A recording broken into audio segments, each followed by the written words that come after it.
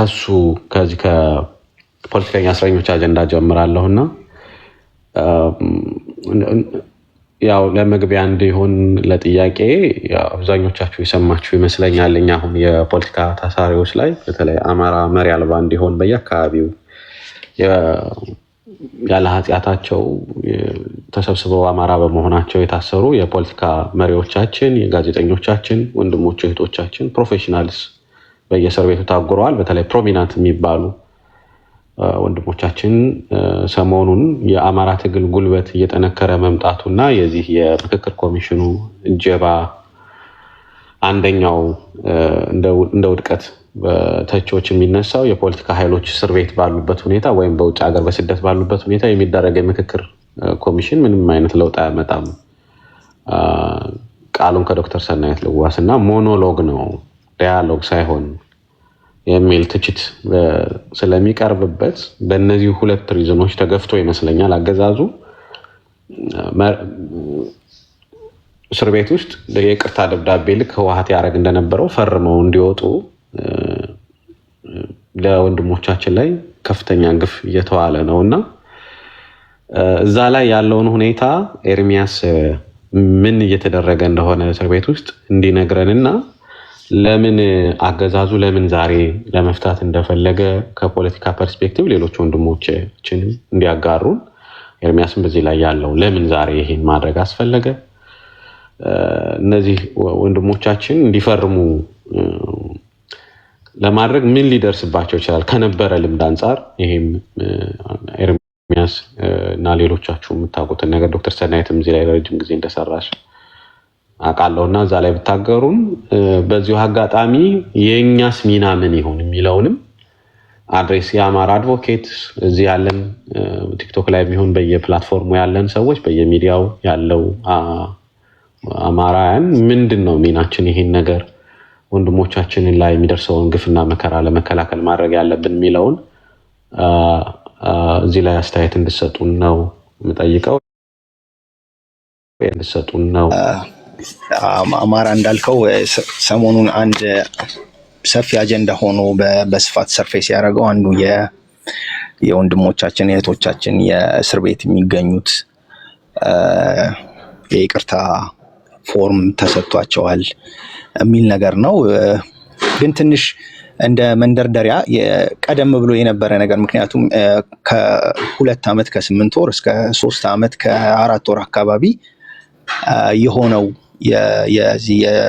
የህግ ሂደት ስለሆነ ያለው አብዛኛው ትንሽ ወደኋላ የተሰጠኝንም ደቂቃ በሚያበቃቃ ሁኔታ ለመሄድ ስለፈለኩ ነው። የመጀመሪያው የክሱ መጀመሪያ ጭብጡ ምንድን ነው?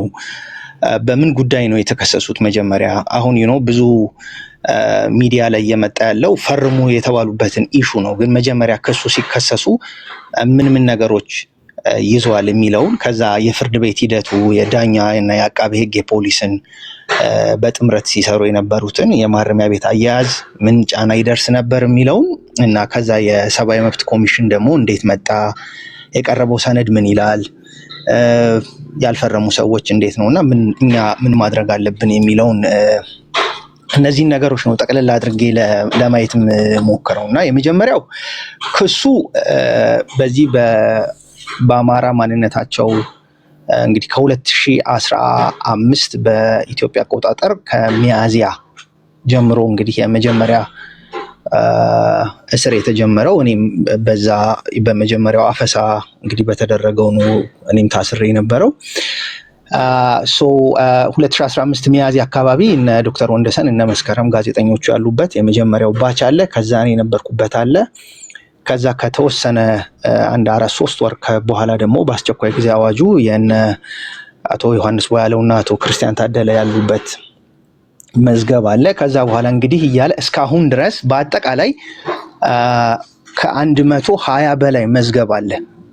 አክቲቭሊ ፒውርሊ የአማራን ጉዳይ አንስታችኋል፣ ጥያቄ ጠይቃችኋል የሚል ከዚህ ከፋኖ ጋራ ግንኙነት አላችሁ በሚል 120 በላይ መዝገቦች አሉ እና በዚህ ውስጥ የሚካተቱ ከ700 በላይ የአማራ ልጆች ደግሞ አሉ ማለት ነው። ከሚያዝያ 2015 እስከ 2018 ድረስ ይሄ በቁጥር ኳንቲፋይ ተደርጎ በመዝገብ ተደራጅቶ ኦፊሻል ክስ የተመሰረተባቸው ነው እንጂ በመላ የሀገሪቱ ሁኔታ በየማጎሪያው ታግተው ታፍነው የሚገኙ ሰዎች በ10 ሺዎች ሊቆጠር እንደሚችል ግንዛቤ እንደተጠበቀ ሆኖ ማለት ነውና አብዛኞቹ ክሶች አብዛኛው የአማራ ልጆች የተደራጁት እነዚህ መዝገቦች ኮመንሊ ሼር የሚያደርጓቸው ነገሮች አሉ። መጀመሪያው አገር ተወስዶበታል፣ ርስቱን ተቀምቷል፣ ከሌሎች ህዝቦች በተለየ ሁኔታ በፖለቲካ፣ ማህበራዊ፣ ኢኮኖሚያዊ ዘርፎች ተበድሏል፣ የአማራ ህዝብ የህልውና አደጋ ተጋርጦበታል ብለህ ተንቀሳቅሰሃል። የአማራ ህዝብ የፖለቲካ፣ ማህበራዊ፣ ኢኮኖሚያዊ ደህንነቱን ለመጠበቅ የተጋረጠበትን የህልውና አደጋ መመከት አለበት የሚል ሀሳብ ይዘሃል። የሲቪክ ማህበራትን በማቋቋም በመምራት ምሁራንን በማሰባሰብ በዚህም የአማራ ጠላቶች የሚሏቸውን የሚገታና የሚያሸንፍ ስትራቴጂ እቅድ አውጥተህ ተንቀሳቅሰሃል፣ ተመካክረሃል። ሁሉን አቀፍ ማህበራዊ ድጋፍ ለማግኘት የፕሮፓጋንዳ ስራ የሚሰራ የሚዲያና የፕሮፓጋንዳ ቡድን አዋቅረሃል፣ መርተሃል፣ ተሳትፈሃል የሚል ሀሳብ ያላቸው ናቸው። እነዚህ ኮመንሊ አብዛኞቹ የሽብር ተከሳሾች ክስ ተብሎ ከ15 ዓመት እስከ ሞት በሚደርስ መዝገብ ዝቅ ሲል ደግሞ ከ7 ዓመት እስከ 12 ዓመት በሚያስከስስ አንቀጾች የተከሰሱ የአማራ ልጆች ያሉበት በጋራ የሚጋሩት ነው የሚሆነው። ይሄንን የአማራ ልጆች አጠቃላይ እስከዛሬ ድረስ ባለው በ3 ዓመት በላይ እንግዲህ ፍርድ ቤት ውስጥ ከ15 ጊዜ በላይ ዳኛ ተቀያይሯል። ከ10 በላይ አቃቤ ሕጎች መዝገብ ተቀያይረዋል፣ ሰዎች ተቀያይረዋል። ዳኞቹ ቤዚካሊ አመላመላቸው ራሱ በጣም ታርጌትድ የሆነ ነው። መጀመሪያው ለምሳሌ በሙስና፣ በሌብነት፣ በዲሲፕሊን ማስጠንቀቂያ የተሰጣቸው ሊባረሩ የመጨረሻ ፋይናል ዋርኒንግ የተሰጣቸው ከዛ በተረፈ ደግሞ በካድሬነታቸው በጣም የሚታወቁ ሰዎችን ነው የሁላችንንም መዝገብ የሚይዙት የነበረው። ማሳያዎች መጥቀስ እንችላለን። ለምሳሌ አዲስ አበባ ላይ ያለ አማራ ፊንፊኔን መሆኗን ካልተቀበለ ከአዲስ አበባ መጠረግ አለበት ብሎ ሶሻል ሚዲያ ላይ የሚያጋራ ረቡማ የሚባል ዳኛ የሁላችንንም መዝገብ እስከ 4 እስከ 6 ወር አካባቢ ድረስ ይዞ ይመራ ነበረ። በፒቲሽን ተፈራርመን ይሄንን ጉዳይ የሚያቀነቅነውን ነገር አያይዘን እንዲነሳ እስኪደረግበት ጊዜ ድረስ ከዛ በኋላ ደግሞ ከደህንነት ሰዎች ጋራ ቀን ችሎት እየዋለ ማታ ከደህንነት ሰዎች ጋር የሚሄድ ይህንን ነገር ማጣራት አለብኝ የሚል ከችሎት እየተነሳ ስልክ አውርቶ የሚመጣ የነ ሬድዋን ሁሴን ጋር አንድ ላይ የሚኖር እንደነ ዳኛ ሸምሱ ሲርጋጋ፣ ፈይሳ በዳዳ ሰብሳቢ ዳኞች ሆነው የአማራ ልጆች ላይ ለመፍረድ ለአመታት የተቀመጡ የነበሩ ናቸው። ሌላ በሌብነት እና በሙስና የዲሲፕሊን እርምጃ የተሰጠባቸው እና ያንን እንዳትሆኑ ይሄንን እንደ መያዣ ተደርጎ እኛን ሲያሹ ሲያንገላቱ የተፋጠነ ፍትህ የማግኘት መብት የሚባለውን እንኮት አንኮት ሲያጓትቱ የነበሩ እንደነ ሱልጣን አባተማ የሚባል የጠቅላይ ሚኒስትሩ የሰፈር ልጅ ነኝ የሚል እንደነ ዳኛ ኡመር እንደነ መሐመድ አህመድ የመሳሰሉ ዳኞች ናቸው ይዘውት እንግዲህ እስከዛሬ ድረስ የነበሩት። ከዚህ ውጪ ደግሞ ከፍርድ ቤት ፕሬዚዳንት ዳኛዋ ሌሊሴ ጋር ይሄንን ውሳኔ በወሰን ፍርድ ቤት አመራሮችን ያስጠይቃል የሚል እንደነ ጌትነት መዲና አይነት ዳኞች እስከ መጨረሻው ድረስ ተከላከሉ የሚል ፍርድም የተፈረደባቸውን ሰዎች እስከ 9 ዓመት እስከ 6 ዓመት እኔን ጨምሮ 4 ዓመት ሌሎቹም እንደዚሁ 5 ዓመት ከ6 ወር የመሳሰለውን በሙሉ ሲፈርዱ የነበሩት እንደነ ጌትነት መዲና የመሳሰሉት ሰዎች ናቸው። እንግዲህ ይሄ የፍርድ ሂደቱን ለማሳየት ነውና ከዚህ ቀደም ለምሳሌ በእነ ዶክተር ወንደሰን ላይ ፍርድ ቤት በአብላጫ ድምፅ ዋስትና የፈቀደበት አንቀጽ ያሻሻለበትን ውሳኔ በማሳጠፍ ይሄ መንግስት በራሱ መንገድ ሶሉሽን ይፈልግለት እንጂ እኛ በችሎት ፍርድ አንሰጥም ወይም ክስ አናቃልልም የሚል ኦሪየንቴሽን ለዳኞች ተሰጥቶ የሚታጠፍበት ካንጋሮ የሆነ ፍርድ ቤት ነው ያለው። ይሄ ከጠቅላይ ፍርድ ቤት ጀምረ ከልደታ እስከ ጠቅላይ እስከ ሰበር ድረስ ስትራቴጂካሊ በሆነ ሁኔታ በደንብ በተጠና ሁኔታ ዳኞቹ ሄራርኪውን ጠብቀው ወደ ላይ ስትሄድ ተመሳሳይ አይነት አቋም ያላቸው ዳኞች ይህንን ነገር እንዲወስኑበት ተደርጎ የተሰጠ ወይም የተዋቀረ ሂደት ነው ያለው። ከዛ በተጨማሪ እንግዲህ በምስክርነት ሂደትን ብንወስደው አንድም ምስክርነት ላይ እገሌን አውቀዋለሁ እገሌን እንዲህ አይነት ነገር አድርጓል የሚል አንድም ምስክር በየትኛውም መዝገብ ላይ ቀጥተኛ የሰው ምስክር ተብሎ ተመዝግቦ መጥቶ የተስተናገደ የመሰከረ የለም። በየትኛውም መዝገብ አሁን የተፈረደብንም አሁንም በጊዜ በዚህ በተለያየ በዚህ በምስክርነት እየተሰማ ያለ ተከላከለ የተባለ የተለያየ ስቴጅ ላይ ያለ መዝገብ ላይ በዚህ በቀጥታ መጥቶ ያለ የመሰከረ ሂደት የለም። ቅድም እንደነገርኳችሁ የተከሰሱበት ግን ሚኒመም 15 ዓመት ማክሲመም ዴይዝ ሴንቴንስ የሚያሰጥ ነገር ሆኖ ማለት ነው እና በማን ደረሰ የሚል ስም ጠርቶ እንደነገርኩ አውቃለሁ የሚል የለም። ከዛ በተረፈ ደግሞ አንፌር በሆነ ሁኔታ እስከዛሬ ድረስ በፖለቲካ እስረኞች ዙሪያ ተደርጎ የማይታወቅ ሂደቶችን ዩኒክ በሆነ ሁኔታ የኛ ወንድሞች ላይ ሀፕን ያደረገበት ሁኔታ አለ። ለምሳሌ የነ ዮሐንስ ዋያለው የነ ክርስቲያን ታደለ መዝገብ ላይ ብትወስድ መጀመሪያ አቃቤ ሕግ ያስመዘገበው 21 ምስክሮች አሉኝ ነበረ።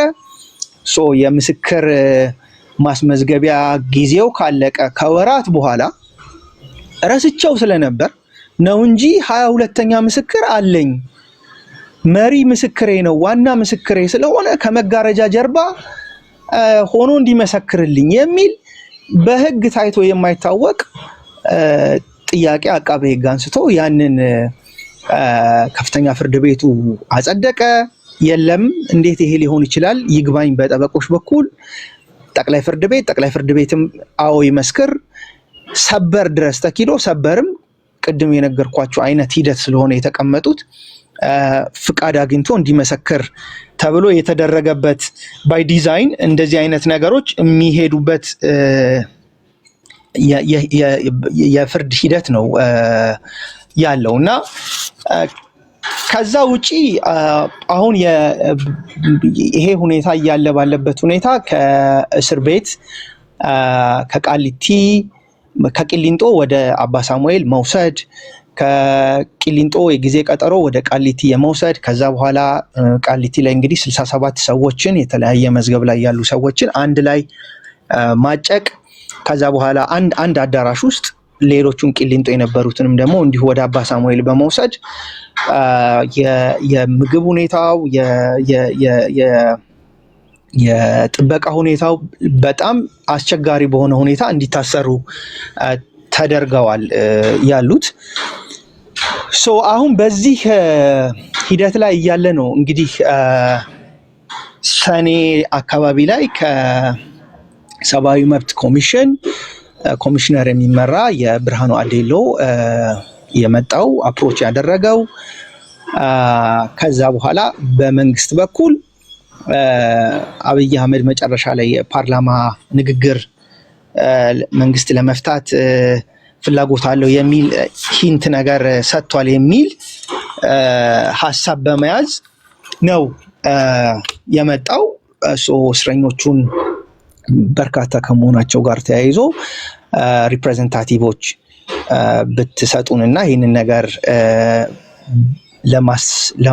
የእናንተን ፍቺ ፋሲሊቴት ለማድረግ የምናደርገውን ነገር ብታግዙኝ የሚል ነገር ነው የመጣላቸው።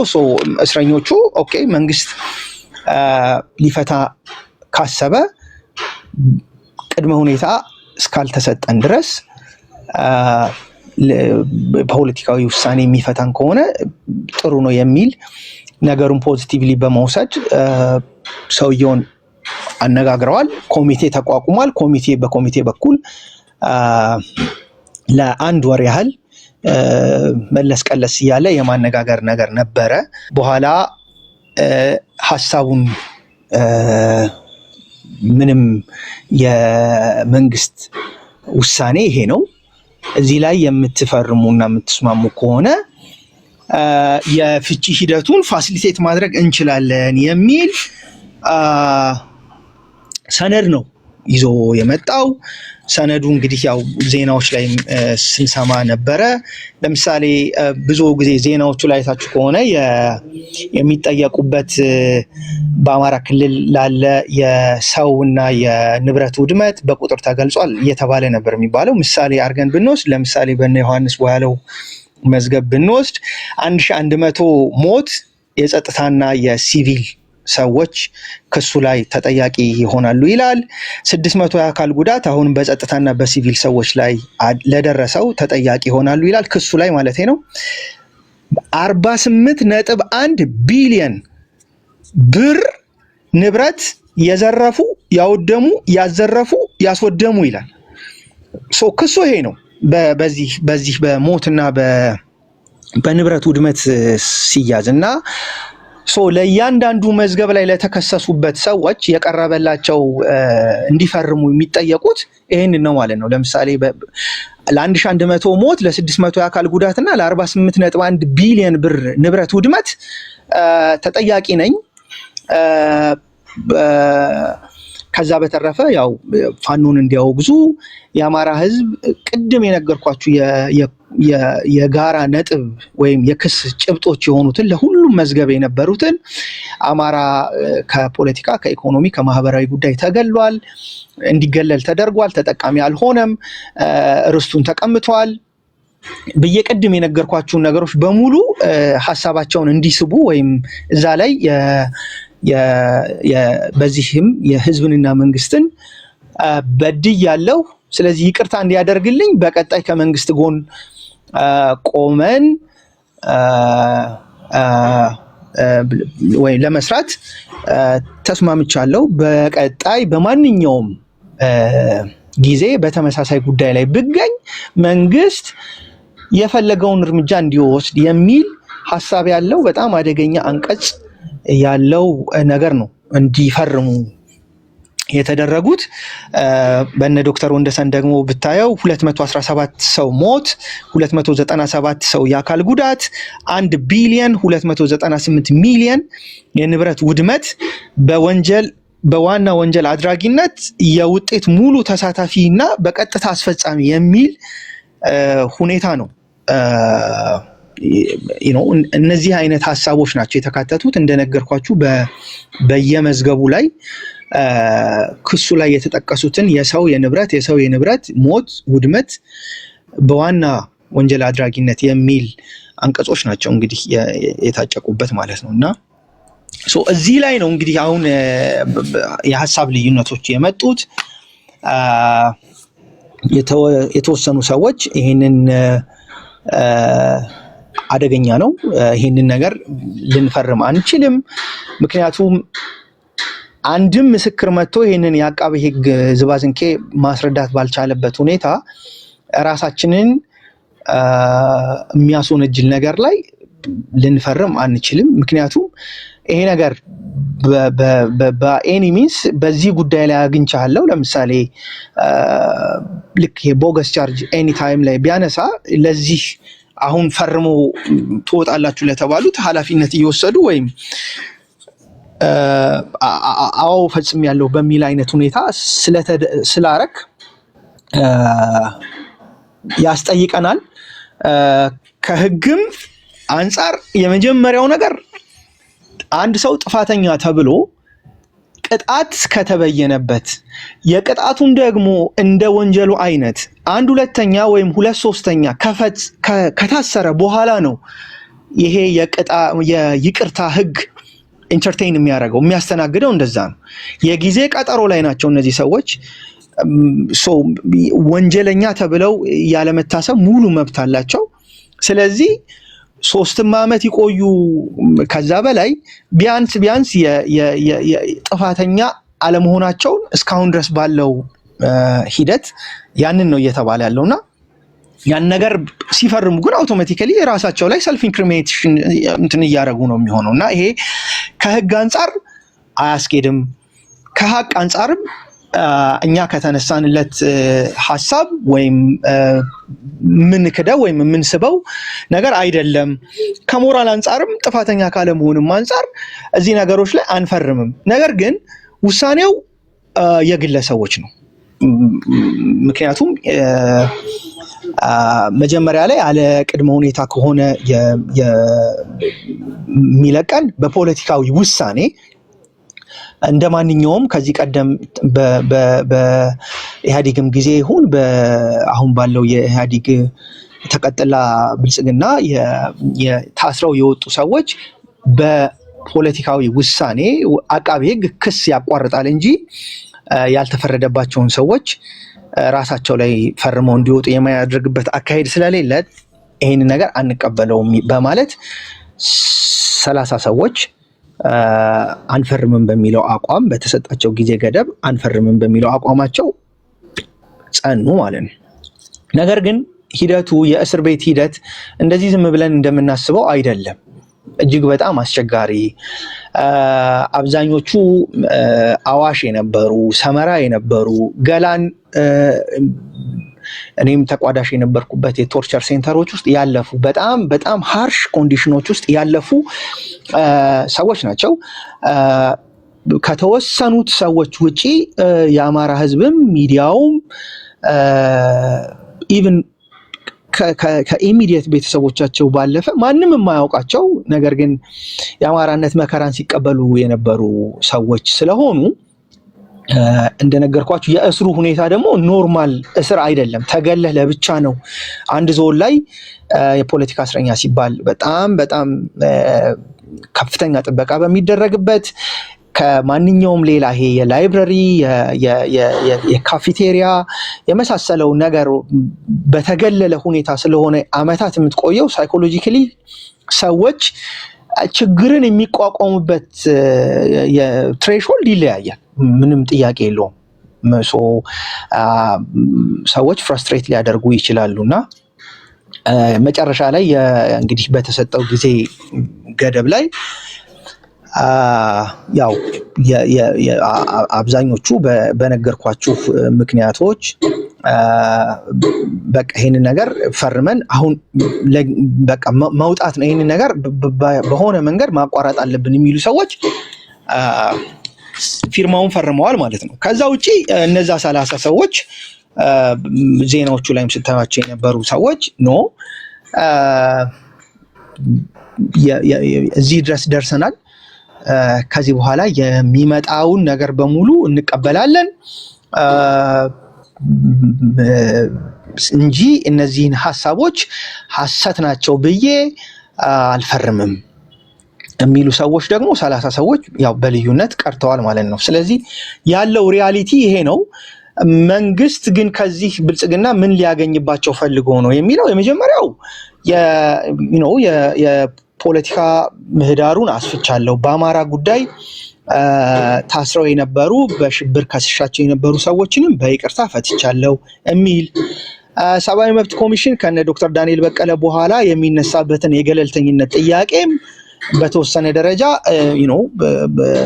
ስሙን ለማደስ የሚጠቀምበት ሰብአዊ መብት ኮሚሽን አስፈታ የሚል ሁኔታ ለማድረግ ምክንያቱም ከዚህ ቀደም 2015 2016 ላይ የነበረው የሰብአዊ መብት ኮሚሽን ጠንካራ ሪፖርቶችን አዋሽ ላይ ለነበረው እኛ ገላን ላይ ለነበረው የሰብአዊ መብት ጥሰቶች አስመልክቶ በስነ ስርዓት ኢንቨስቲጌቲቭ የሆነ ሪፖርቶችን ያወጣ ነበር። ከዶክተር ዳንኤል መውጣት በኋላ እና ከአቶ ብርሃኑ ኦዴሎ የቀድሞ የኢህአዴግ ካድሬ መሾም በኋላ ግን ኦልሞስት ይህንን ነገር ዲናይ ነው የሚያደርገው። ምንም አይነት ኢንቨስቲጌሽን አያካሂድም።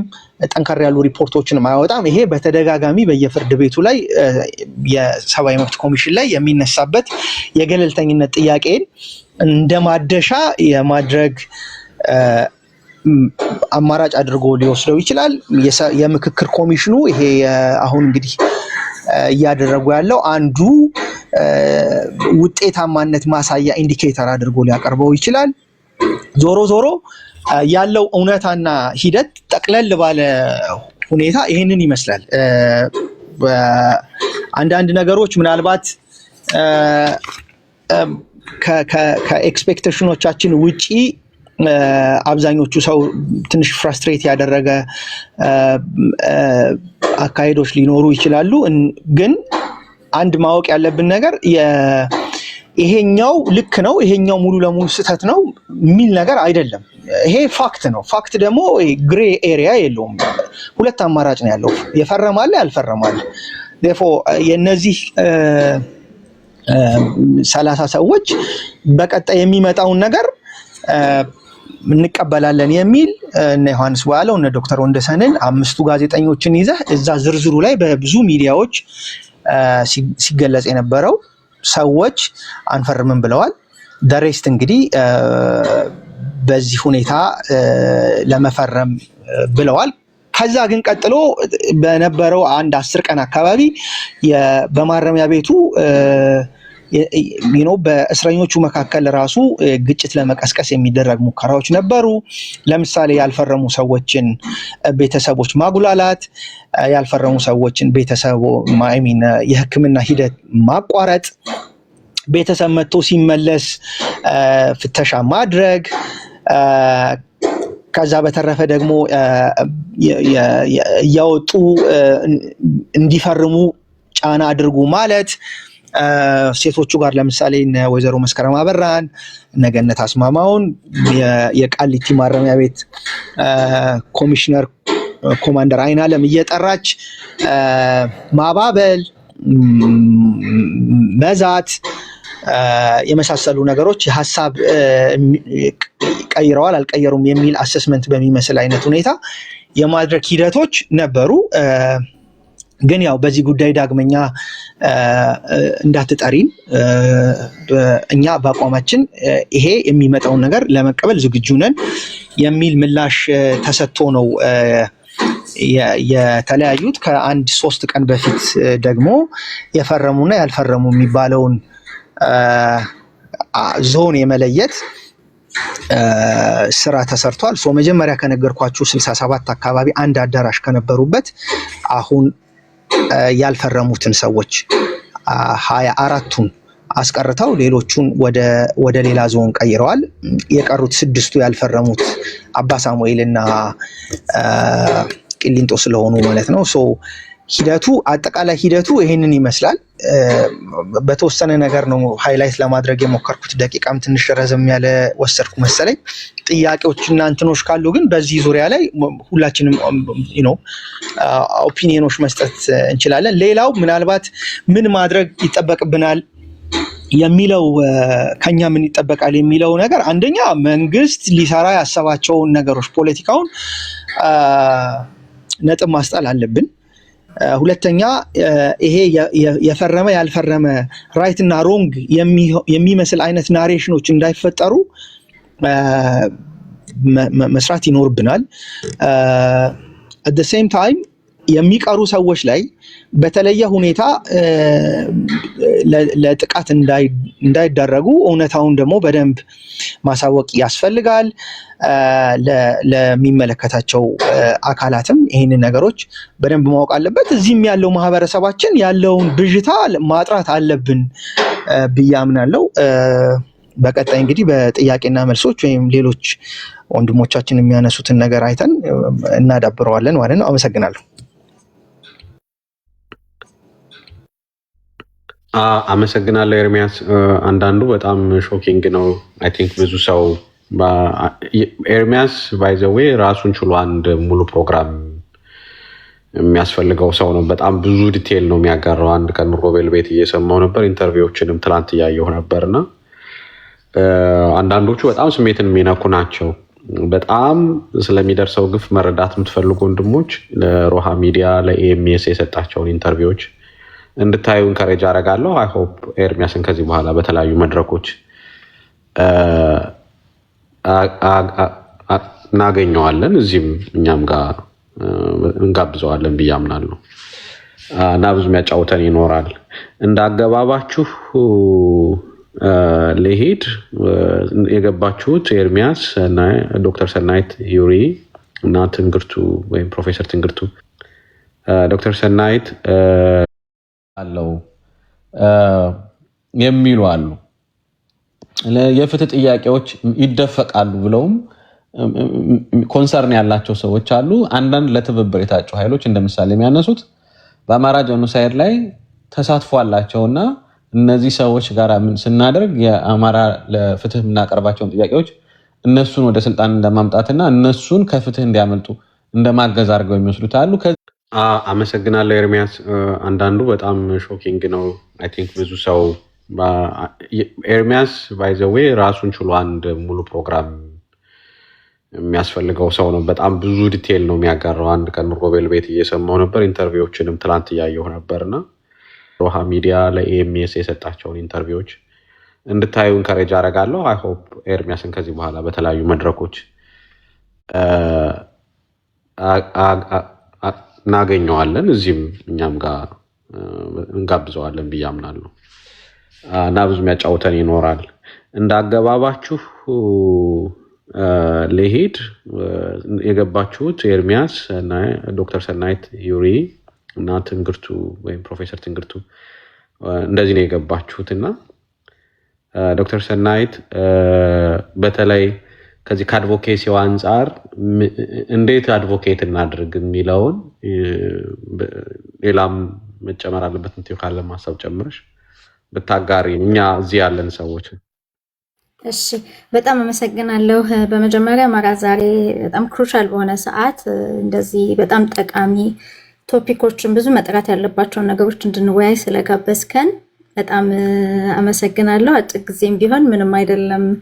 የተወሰነ ያሉትን ነገር ትንሽ ከማህበራዊ ሚዲያም ገለል እየቆይቼ ስለነበረ በአጭር ጊዜ ነው የነገርከኝ፣ ግን የምችለውን አፕዴት ለማድረግ ሞክሬያለሁኝ ራሴን ያሉትን ነገሮች።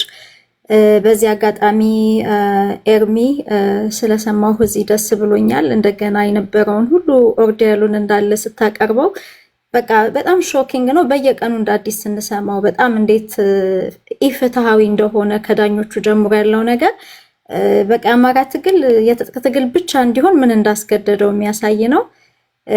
በዚሁ አጋጣሚ ደግሞ ከወንድሜ ዩሪ ትንግርቱ በጣም ነው ደስ ያለኝ እዚህ ስላየዋችሁ። ሄኖክ ቴንኪው ሀሳብ ለመቀያየር እዚህ በመቻሌ ከእናንተ ጋር ብዙ እኔም መስማት የምፈልጋቸው አንዳንድ ነገሮች ስላሉ ኢምፖርታንት ከሶስቱ ከመጡት አጀንዳዎች ላይ አንዳንዶቹ ላይ አይ ቲንክ ምናልባት ለየት ያለ ፖዚሽን ያለን ስለሚመስለኝ አይ ቲንክ ጥሩ ኦፖርቹኒቲ ነው። የተለያየ ሀሳብ ይዞ ራሱ እንዴት በተሻለ ሁኔታ ፍሬም አድርጎ ማውጣት ይችላል የሚለውን ኤግዛምፕል መስጠት እንችላለን ብዬ አስባለሁ። ምክንያቱም አሁን ባለው ሁኔታ የሀሳብ መለያየት አይደለም ችግራችን። ፍሬም ስናደርግ ልክ አባቱን እንደተገዳደለ ሰው ነው እንጂ ሀሳባችን ለመለዋወጥ የምንሞክረው እኛን ማለታችን አይደለም። እዚህ አብዛኛው የተለያየ ፖዚሽን ያለው ማህበራዊ ሚዲያው ላይ ግን ሀሳቡ ላይ ሳይሆን ነገሩን ካምፕ ፈጥሮ ወደ ራሱን የቻለ የትግል ሜዳ ወደ ማድረግ ይሄዳል እና ፖዚቲቭ የሆነ የሀሳብ ልዩነትን ፍሬም አድርጎ ልዩነቱን በደንብ አውጥቶ በተለያየ ቋንቋ ስለምንናገረው ብቻ ሴም ቲንግ ያለን የምንለው ነገር አጋጣሚ አለ። እንደዛ ሲሆን አገላለጹን ኮመን የጋራ ነገር ፈጥሮ ልዩነታችን አጥብበን መውጣት በጣም ትልቅ አንዱ በቃ በተለይ አሁን ትግሉ ለደረሰበት ትልቅ ውለታ መዋል ነው እና አይ ቲንክ እንደዚህ አይነት ነገር ይፈጥራል ይሄ መድረክ ብዬ ስለማስብ በጣም አመስገን ፈልጋለሁኝ።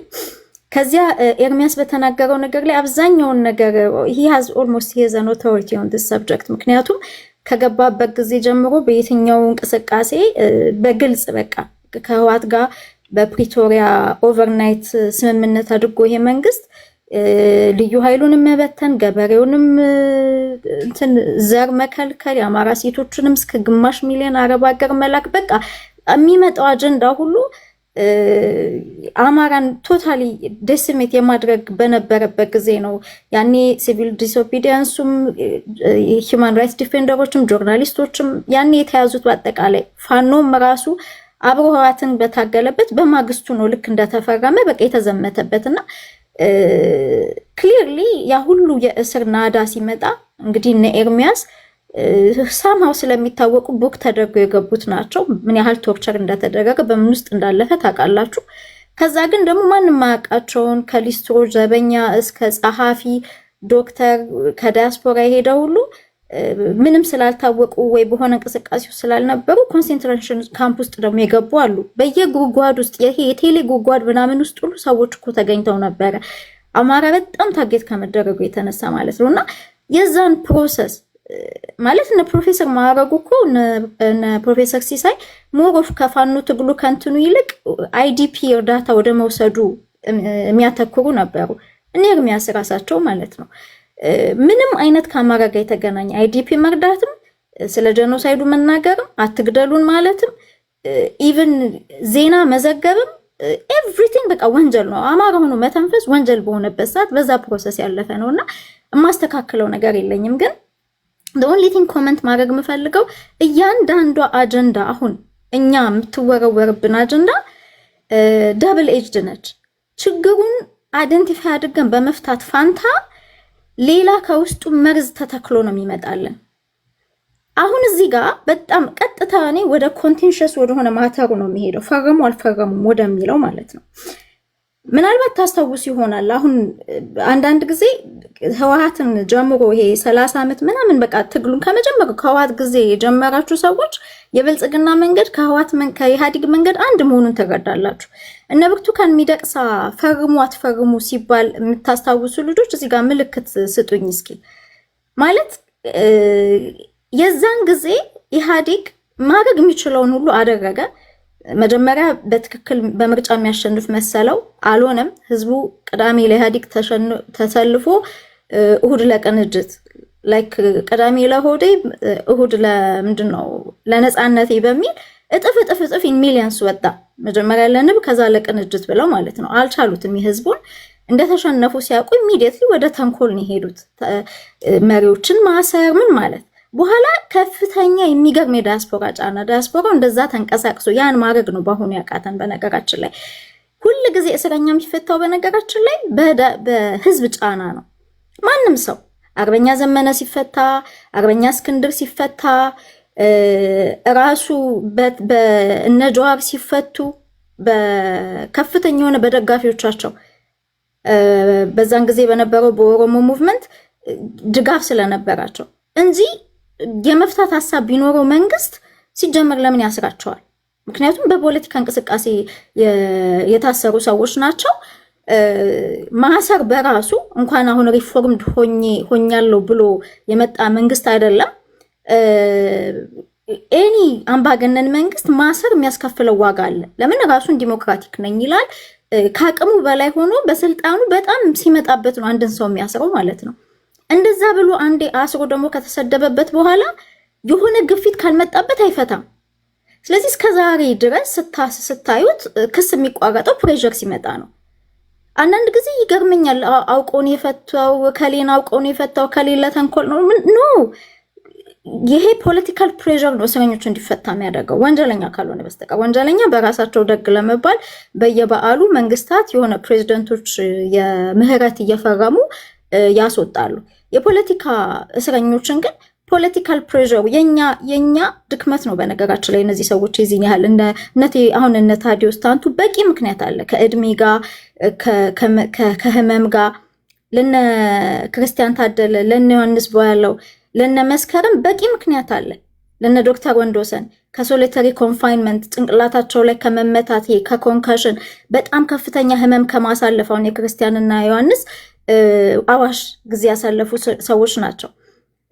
አሁን በነገራችን ላይ ኤርሚያስ እዚህ ከኛ ጋር ያለው በማተሮፍ የእድል ጠባብ እድል ተፈጥራ በዛች ሉፖል ውስጥ በመሃል ተለቆ ሁሉንም አርጊውመንት ጨርሰው በዛች ፍጥነት ውስጥ ጥሎ በመውጣቱ ነው እንጂ እንደገና እየተከታተሉት ነበር እንደሰማችሁት። ኤኒ ኦፍ ደም አሁን በሆነ አጋጣሚ ቢፈቱ ቤዚካሊ ስቲል ህይወታቸው ኢንዴንጀር ነው የሚሆነው እና ፈልገው አይደለም እነዚህን ሰዎች ኦፍኮርስ ስለሚፈሯቸው እያንዳንዳቸውን እነዚህ ሰዎች ለመንግስት ችግር የሚያመጡ ናቸው። ክስ ግን ይቋረጥ ሲባል አንደር ኖርማል ኮንዲሽን ለእነሱም ፖዚቲቭ ፖለቲካል ፖይንት ስለሆነ ቀጥታ ወደ ክስ ማቋረጥ ነበር የሚሄደው። ይህንን የይቅርታ ጥያቄ ለምን መጣ? በእነ ብርቱካን ሚደቅሳ ጊዜ የመጣበት ምክንያት ትዝ ይላችሁ እንደሆነ ፓወር ሼሪንግ የሚባል ነገር ስለነበረ ነው። አሜሪካኖች በቃ ይሄ ህዝቡ ከዚህ በኋላ እንዲቀበላችሁ በዚህ መቀጠል አትችሉም፣ ስለዚህ ኦፖዚሽኑን ኢንቮልቭ ማድረግ አለባችሁ ሲባል ኦብቪየስሊ ፓወር ሼር የማድረግ ሀሳብ ሚኒንጉን አያውቀውም። የኢህአዲግ ስሪት ብልጽግናም ሆነ ኢህአዲግ ሚኒንጉን አያውቁትም። ኢሚዲየትሊ እንደዚህ አይነት ሊመጣ ሲችል ሲሞከር ምናልባት ከትክክለኛ የኦሮሞ ኦፖዚሽን ጋር ከትክክለኛ የትግራይ ኦፖዚሽን ጋር ከትክክለኛ የአፋር ኦፖዚሽን ጋር ኢቨን ፐፔት እንኳን ኢንስቶል ባያደርጉ የመነጋገር ፍላጎት ሊያሳዩ ይችላሉ። ምክንያቱም ይሄ ህገ መንግስቱ ሲተከል ጀምሮ የስልጣን የበላይነት እንጂ በመሰረቱ ሌሎች ራሳቸውን ሪፕሬዘንት እንዳያደርጉ ረዥም ርቀት ሄደው አልታገሉም። አማራ ብቻ ነው ለራሱ በሚሆን ሰው ሪፕሬዘንት እንዲደረግ የማይፈለገው። ምክንያቱም ሚውቹዋሊ እንትን ነው ኮኤግዚስት አያደርግም። የአማራ ጥቅም የአማራ ሰርቫይቫል ጥያቄ እነሱ ቢልድ ሊያደርጉት ከሚፈልጉት ሪያሊቲ ጋር አይገናኝም። ስለዚህ ኢሚዲየትሊ የናሽናል ዳያሎግ የሚለውን ሞኖሎግ ነው ብለን በቃ ጨርሰነዋል። ሁላችንም ተቃዋሚ የሚባል ፋኖ ይባል የአማራ ሙቭመንት ውስጥ ያለ ቱ ቢ ኦነስት ፓን ኢትዮጵያን ጠቅላላ ኢትዮጵያኖች አሁን እዛው ያሉ እየተዘወሩ ያሉ ካልሆኑ በቀር ይህንን ዳያሎግ እንደ ዳያሎግ ይወስዳሉ ብዬ አላምንም። ያው የሚያውቁትን እያወቁ ነው ወይ ሌጂቲማይዝ እያደረጉ ነው ብለን እንውሰደው። ስለዚህ ይሄ አሁን እያደረጉት ያለው ነገር እየሰራ እንዳልሆነ ኦብቪየስሊ ታውቋል። ስለዚህ ኔክስት ስቴፕ ያለባቸው ከውጭ ጫና ምንድን ነው? ፖለቲካል መልክዓ ምድሩን ይሄ ስፔሱን አስፉት ተባሉ። ኦብቪየስሊ ከፒውር ሬዚስተንሱ በላይ በጣም ትልቅ ከፒውር ሬዚስተንሱ በላይ በጣም ትልቅ ጥያቄ ከውጭ ራሱ እኛ ለዲፕሎማቲክ እንትኖች የምናቀርብ የነበረው ስታተስ ኮን ስቴት ዲፓርትመንት ከምናስገባቸው ከራሱ ከፖለቲካ እናንትን ዴስክ ጀምሮ ኖት ኦንሊ ተውት፣ ይሄ ንጹህ ሬዚስታንሱን ማለት ነው ከሲስተሙ ውጪ ሲቪል ዲስኦቢዲየንስ ውስጥ ኢንቮልቭ ያደረጓቸውን ተውትና ራሱ በስታተስ ኮ በሲስተሙ ሜምበር ኦፍ ፓርላመንት የተባሉት በስም ጠቅሰን ማለት ነው አቶ ክርስቲያን ታደለ፣ ዶክተር ካሳ፣ ዮሐንስ ባያለው፣ በጊዜው ዶክተር ደሳለኝም ታስሮ ነበረ። ኢቭን እነዚህ እንኳን ታስረዋል። እንደ ምሳሌ ነበር የምንጠቀምባቸው። ምን ማለት ነው? ስታተስ ኮን አትግፉብን፣ በሲስተሙ ውስጥ ፍቱት አትበሉን። ምክንያቱም ኢቭን ህዝቡ መርጦ ያመጣቸውን በጣም በተዘጋ ስፔስ ውስጥ እኛ ባልሰራነው ስርዓት ውስጥ ይሁን እንኳን ብለው ሻማ እንኳን ማስበራት አልቻሉም። የሀዘን ጊዜ እንኳን ማድረግ አልቻሉም። ሶ ቤዚካሊ ምን ማድረግ አለባቸው? ቢያንስ ኤምፒ የተባሉትን ያ ካልሆነ ደግሞ ስቲል ጠቅላላ ሬዚስተንሱ ላይ ያለው አጌን ሞኖሎግ እንዳይባሉ ማለት ነው። ኢቨን ኤምፒ የተባሉት ቢወጡ እንኳን በምን ሲስተም ነው? እዚሁ ስርዓቱ በነበረው ፒስፉል ስትራግል ውስጥ የሚችሉትን ያህል ለማድረግ ሞክረዋል። ስርዓቱ ግን ስላፈናቸው ነው ወደ ትጥቅ ትግል የተካሄደው። ስለዚህ አሁን ጥያቄው ምንድን ነው? ፒውር ሬዚስተንሱ ፒውር ማለት የኤምፒዎቹ ምናምን ፒውር አይደለም ትግሉ እያልኩ አይደለም፣ ግን ከሰላማዊ ትግሉ አልፎ አብሶሉትሊ ኢሊጋል የሚለው አይነት እንቅስቃሴ አሁን ያለው አገዛዝ ሬጂሙ ሲቪል ዲስኦቢዲየንስን ህገ መንግስቱ ኦፍኮርስ ይፈቅዳል፣ ሰልፍ መውጣት ይፈቅዳል ይባላል፣ ስብሰባ መሰብሰብ ይፈቅዳል ይባላል። ግን ትዝ ይላችኋል እነ መያድ እነ ባልደራስ ስብሰባ ሊወጡ ሲሉ አዳራሽ ይከለከሉ ነበር። አንድ ጊዜ እንደውም ባልደራስ ምንድን ነው ያሉን? መተው ውጪ ወተን መሰብሰብ የተገደድንበት ምክንያት አዲስ አበባ ላይ የስብሰባ አዳራሽ ተከለከልን። ሶ ቤዚካሊ ህገ መንግስቱ ሲቪል ዲስኦቢዲየንስ ቢፈቅድም በተለያየ የውስጥ አሰራር በደህንነቶች ሰርጎ በመግባት ሴኩሪቲ ፎርሶችን በመጠቀም እዚህ ይሄ ዲፕሎማቲክ ሚሽኖቹ መሬት ላይ ያቆታል። ኦፖዚሽኑ አካል ምንም ነገር መስራት አልቻለም። እንደገና ደግሞ ከውስጥ ያሉ ኤምፒዎች ደግሞ ምንም አይነት ነገር ማስፈጸም አልቻሉ። እንዳየነው ይሄ በግልጽ ሌሎችም የውጭ ሀገር እንትኖች የሚያውቁት ነው። የሀዘን ጊዜ ማድረግ አልተቻለም። ያ ሁሉ ሰው ተጨፍጭፎ በክልል ደረጃ ያሉ ኤምፒዎችም እንባቸውን እያለቀሱ ትዝ ይላችኋል። አንድ ሴት የሃውስ ኦፍ ሪፕሬዘንታቲቭ አማራ ክልል ላይ ያለችም ሌሎችም ትዝ ይላችኋል። በጣም አንደር ዲስትረስ ነው ያንን ሀሳብ ለማቅረብ የሞከሩት። ራሱ የአማራ ክልል መንግስት የሚባሉ ላይ ምንም ማድረግ አልተቻለም። በራሱ ስም ሌብል የተደረገበት ማለት ነው ህዝቡ እንኳን ሃውስ ኦፍ ፌዴሬሽን እና ሃውስ ኦፍ ሪፕሬዘንታቲቭስ ላይ ማለት ነው። ሶ ይሄ አሁን እዚህ ጋር ዝም ብሎ ክስ ያላቋረጠበት ምክንያት ለምንድን ነው ፈርሙ የሚለው የመጣው የሚለው ኔክስት ስቴፕ ላይ ነው። በእውነተኛ ልጆች ሪፕሬዘንት እንዲደረግ ዳያሎግ ላይ ፑሽ ቢመጣ እሱ መቼም ቢሆን ይሄ መንግስት መቼም ቢሆን በትክክል ለአማራ ሲል በተገረፈ፣ ለአማራ ሲል በታመመ፣ ለአማራ ሲል ከፍተኛ ስቃይ በተቀበለ ሰው የአማራ አጀንዳ ይሄ ስርዓት ካለ ድረስ መቼም ሪፕሬዘንት አይደረግም። ሶ ይሄን ካወቅን ፈረመ አልፈረመ የሚለው ምን አይነት ጭንቅላት ቢኖረን ነው በዚህኛ እዚህ የምንጣላው? የሰው ልጅ እኮ ፋኖነት፣ ሂውማን ራይትስ ዲፌንደርነት፣ ጆርናሊዝም ማንም ሰው እነዚህን ሰዎች አልከፈላቸውም። ጭንቅላት ስላላቸው የሰው ልጅ እስከሚችለው ድረስ ነው የሚሄደው። አልፈርምም ያሉት ሰዎች ለፈረሙትም ሰዎች መታደጊያ ናቸው። ምክንያቱም ኢን ሪያሊቲ ፈልጎ ይህን ያህል ለህዝብ የተሰቃየ ሰው ፈልጎ አይፈርምም። ኦብቪየስሊ እዚህ ጋር ቁጭ ብለን እኛ አንድ ሰው ጫማ ውስጥ ሳንሆን ሜንታል ብሬክዳውን ይመጣል። ከፍተኛ የሆነ ፊዚካል ፔን ሊመጣ ይችላል። ከፍተኛ የሆነ ሜንታል ማኒፑሌሽን አለ። ከፍተኛ የሆነ ብላክ ሜሊንግ አለ። ከፍተኛ የሆነ የምንወዳቸውን ሰዎች አንዳንድ ጊዜ በጣም ኤክስትሪም ሚሽኖች ላይ እዚህ ሀገር ሰዎች ማግባት መውለድ አይፈቀድላቸው። ለምን? በልጆቻቸው፣ በቤተሰቦቻቸው፣ በሚስቶቻቸው ወይ ኦርፋኖች ናቸው እንደዚህ አይነት ሚሽን የሚሰጣቸው። ምክንያቱም በጣም ጨካኝ መንግስት ፊት ለፊት መጥቶ የሚስትን ወይ ልጅህን ሊያርድልህ ይችላል። ያየነው ነገር ነው።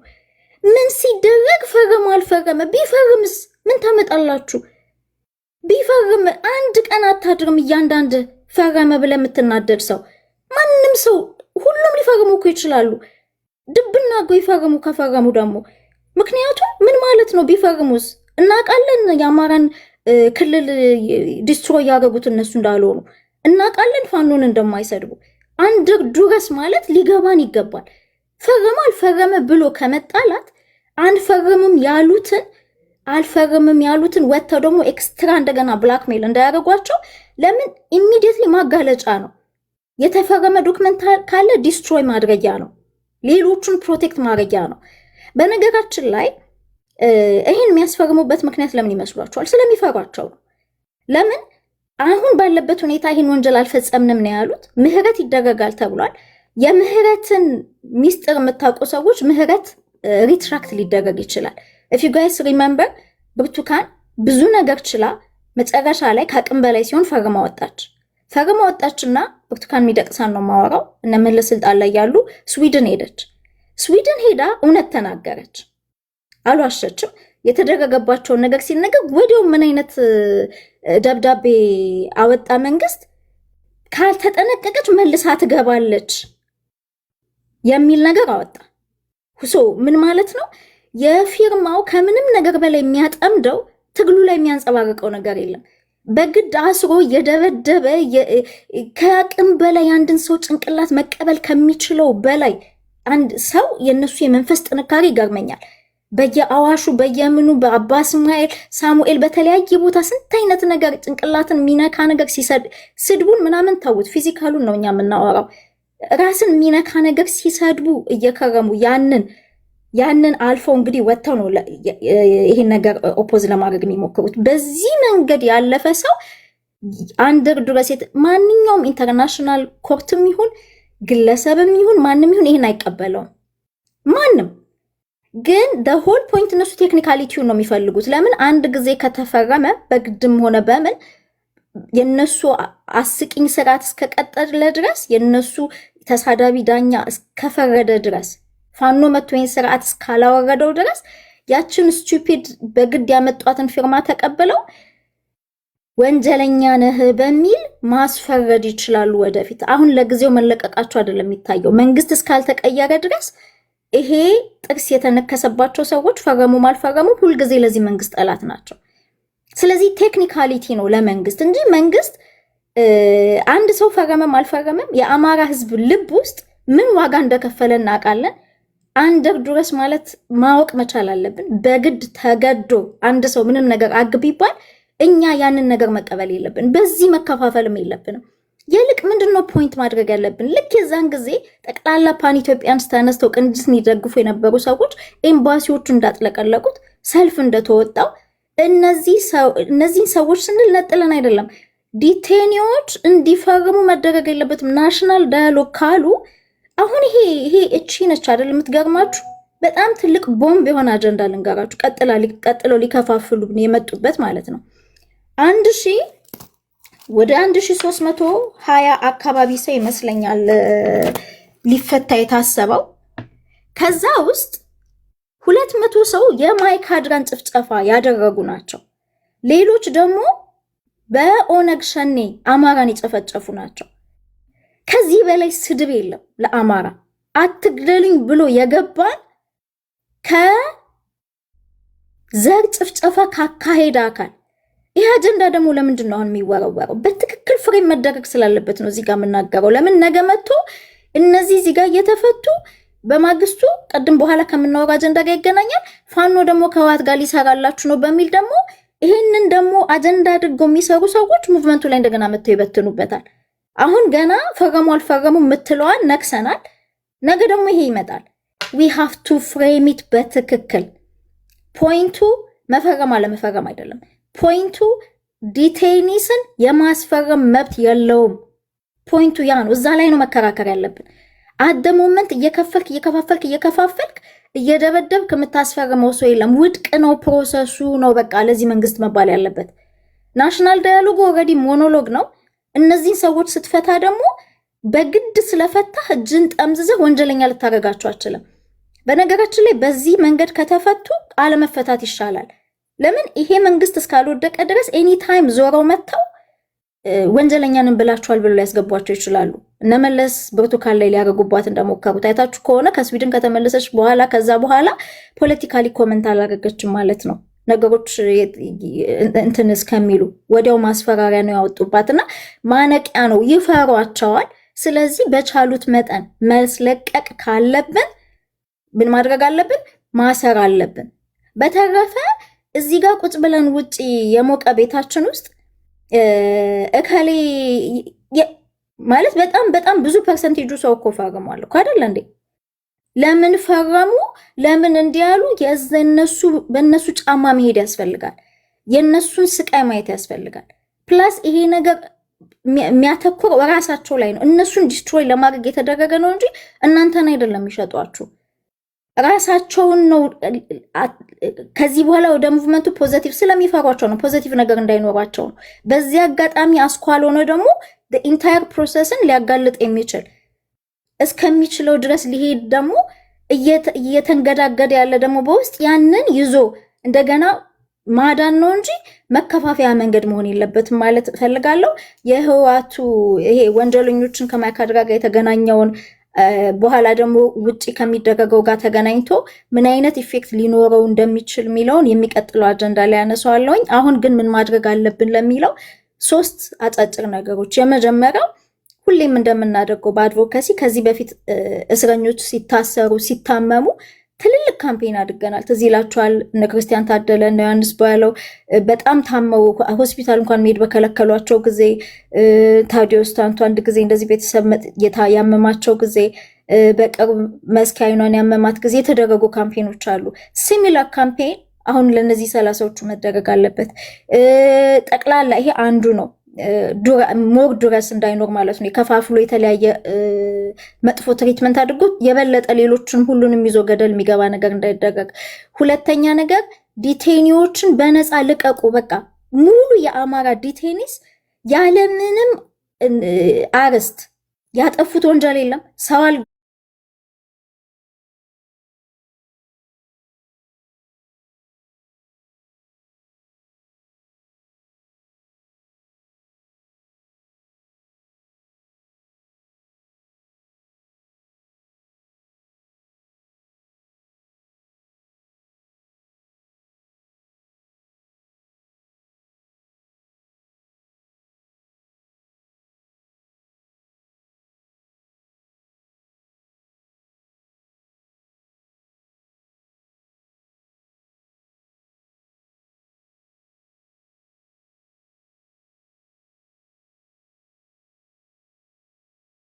አልገደሉም፣ ሰው አላሰሩም፣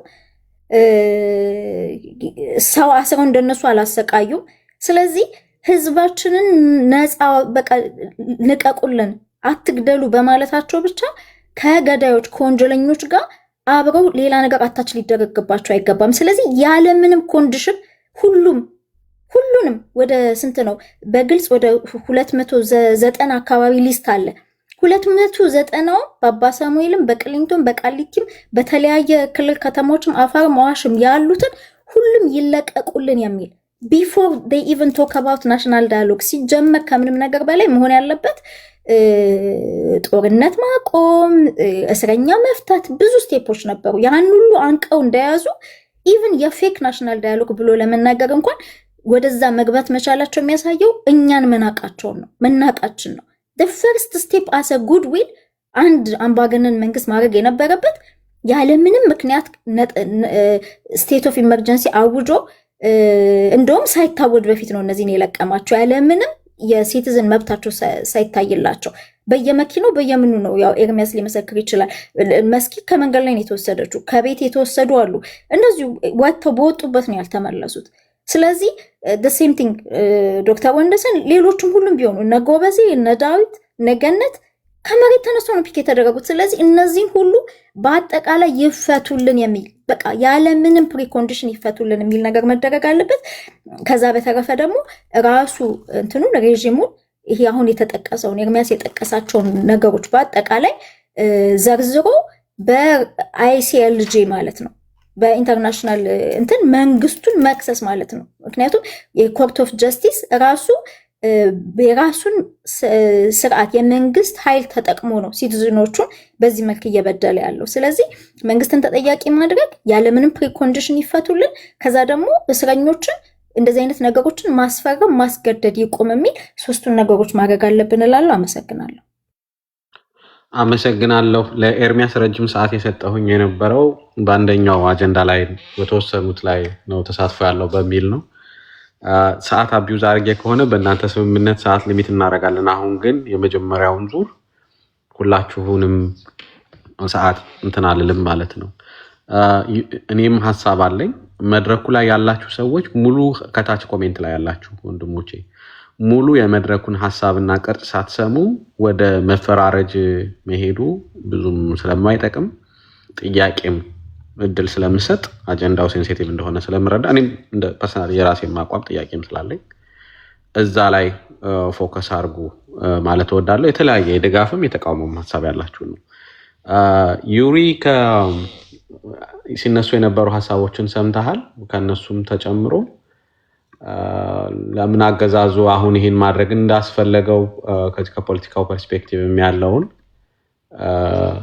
እንዲሁም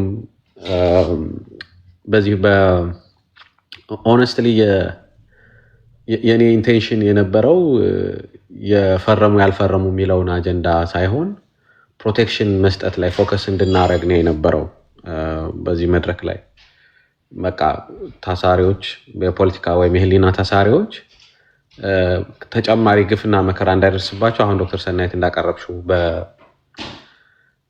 ከህግ ውጭ ፈርሙ የሚለውን ፕሬሸር ለመቃወም እኛ ምን እናድርግ የሚለውን እና ያለውን ሁኔታ የነበራቸውን ኤክስፔሪየንስ ኤርሚያስ ያስረዳንን እና ሊመጣባቸው የሚችለውን መከራም እንዲሁ እንድትነግሩንና እዛ ላይ ፎከስ እንድናደርግ ነው። ምክንያቱም ይሄ አጀንዳው በዚህ መድረክ ወይም እናንተ እዚህ የተሳተፋችሁ ሰዎች ነክታችሁት ሳይሆን በሌሎች መድረኮች በጣም የቦካና አስቀያሚ ወደሆነ የአካባቢ ብሽሽቅ ያደገ አጀንዳ ስለሆነ በዛ አጀንዳ ላይ ጊዜ ላለማጥፋት ነበር። ግን ከተገባበትና አሁን ዶክተር ሰናይት አፕሮች ባረክሽበት መንገድ ክሊር ይሆናል ብላችሁ ካሰባችሁ እኔ ችግር የለብኝም። ይቅርታ ዩሪ ረጅም ሰዓት ወሰድኩኝ። ሀሳብ ሊሚት አላረግም። ቀጥል ዩሪ። እሺ አመሰግናለሁ። አማራ ዛሬ ሁላችሁም እንዴት ዋላችሁ? ሰላም ብያለሁ። ሰዓት ለመቆጠብ ቀጥታ ወደ ሀሳቤ ልግባና ያልተነሱ ሀሳቦችን ኤርሚያስ ዲቴይል የሆኑ ነገሮችን ነግሮናል።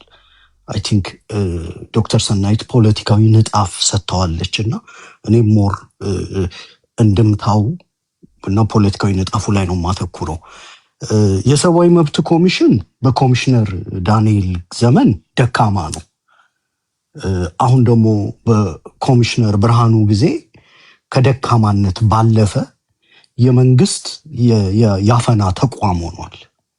ላይክ አሁን ይሄ በፊርማው ዙሪያ እኔም የተወሰኑ መረጃዎች አሉኝና ኦልሞስት በቃ የአንድ የአምባገነን መንግስትን ሚና ወክሎ አሁን ፈርሙ፣ ካልፈረማችሁ አሁን በሚመጣው በትግራይ በኤርትራ ጦርነት ትረሳላችሁ፣ እዚሁ እስር ቤት ነው የምትበሰብሱት ምናምን የሚል የስነ ልቦና ጫና ታሳሪዎች ያው ታውቃላችሁ ያሉበት ሜንታል ስቴት አስቸጋሪ ነው የሚሆነው። ምክንያቱም 3 ዓመት ምናምን እስር ቤት መቀመጥ በታሳሪዎቹ ቦታ የሆነ ሰው ብቻ ነው የሚፈርደውና በዛ ላይ የሰብአዊ መብት ኮሚሽን ይሄ ከፕሮፌሽናል ስታንዳርድ ወርዶ የመንግስት ያፈና ተቋም ሆኗል። በተለይ ይሄ ኮሚሽነር ብርሃኑ ከተሾሙ በኋላ ማለት ነው።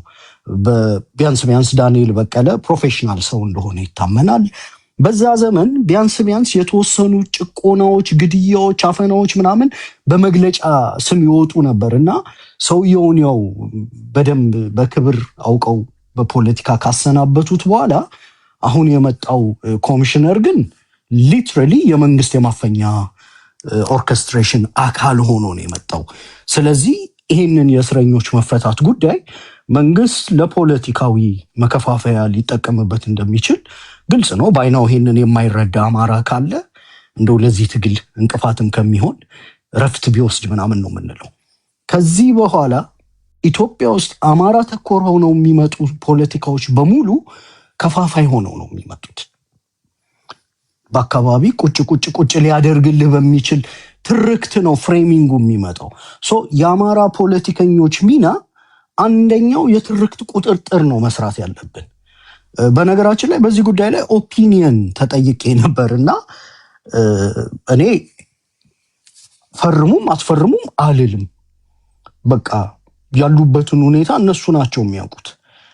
አንድ ወቅት ላይ አስታውሳለሁ በባልደራስ እየሰራን አቤል ዋበላን በባልደራስ እንዲያግዘን ኮሚኒኬት አረኩትና ምንድን ያለው አቤል እስር ቤት ሆኜ የ80 ዓመት ሽማግሌ አባቴ ብቻ ነበር የሚጠይቀኝ የነበረው።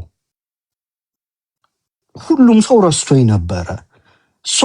ለምንድን ነው አሁን ደግሜ እንዲህ አይነት መስዋዕትነት የምከፍል ነው ያለው። ለምንድን ነው ይሄንን ያነሳሁት? የነ ዶክተር ካሳ ቤተሰቦች ያሉበትን ሁኔታ አውቃለሁ። መስከረም አበራ አራስ ልጇን ትታ ነው የገባችው። ባሏ ነው ፍጹም ልጅም ያሳድገው። ሁሉም ተመሳሳይ ናቸው።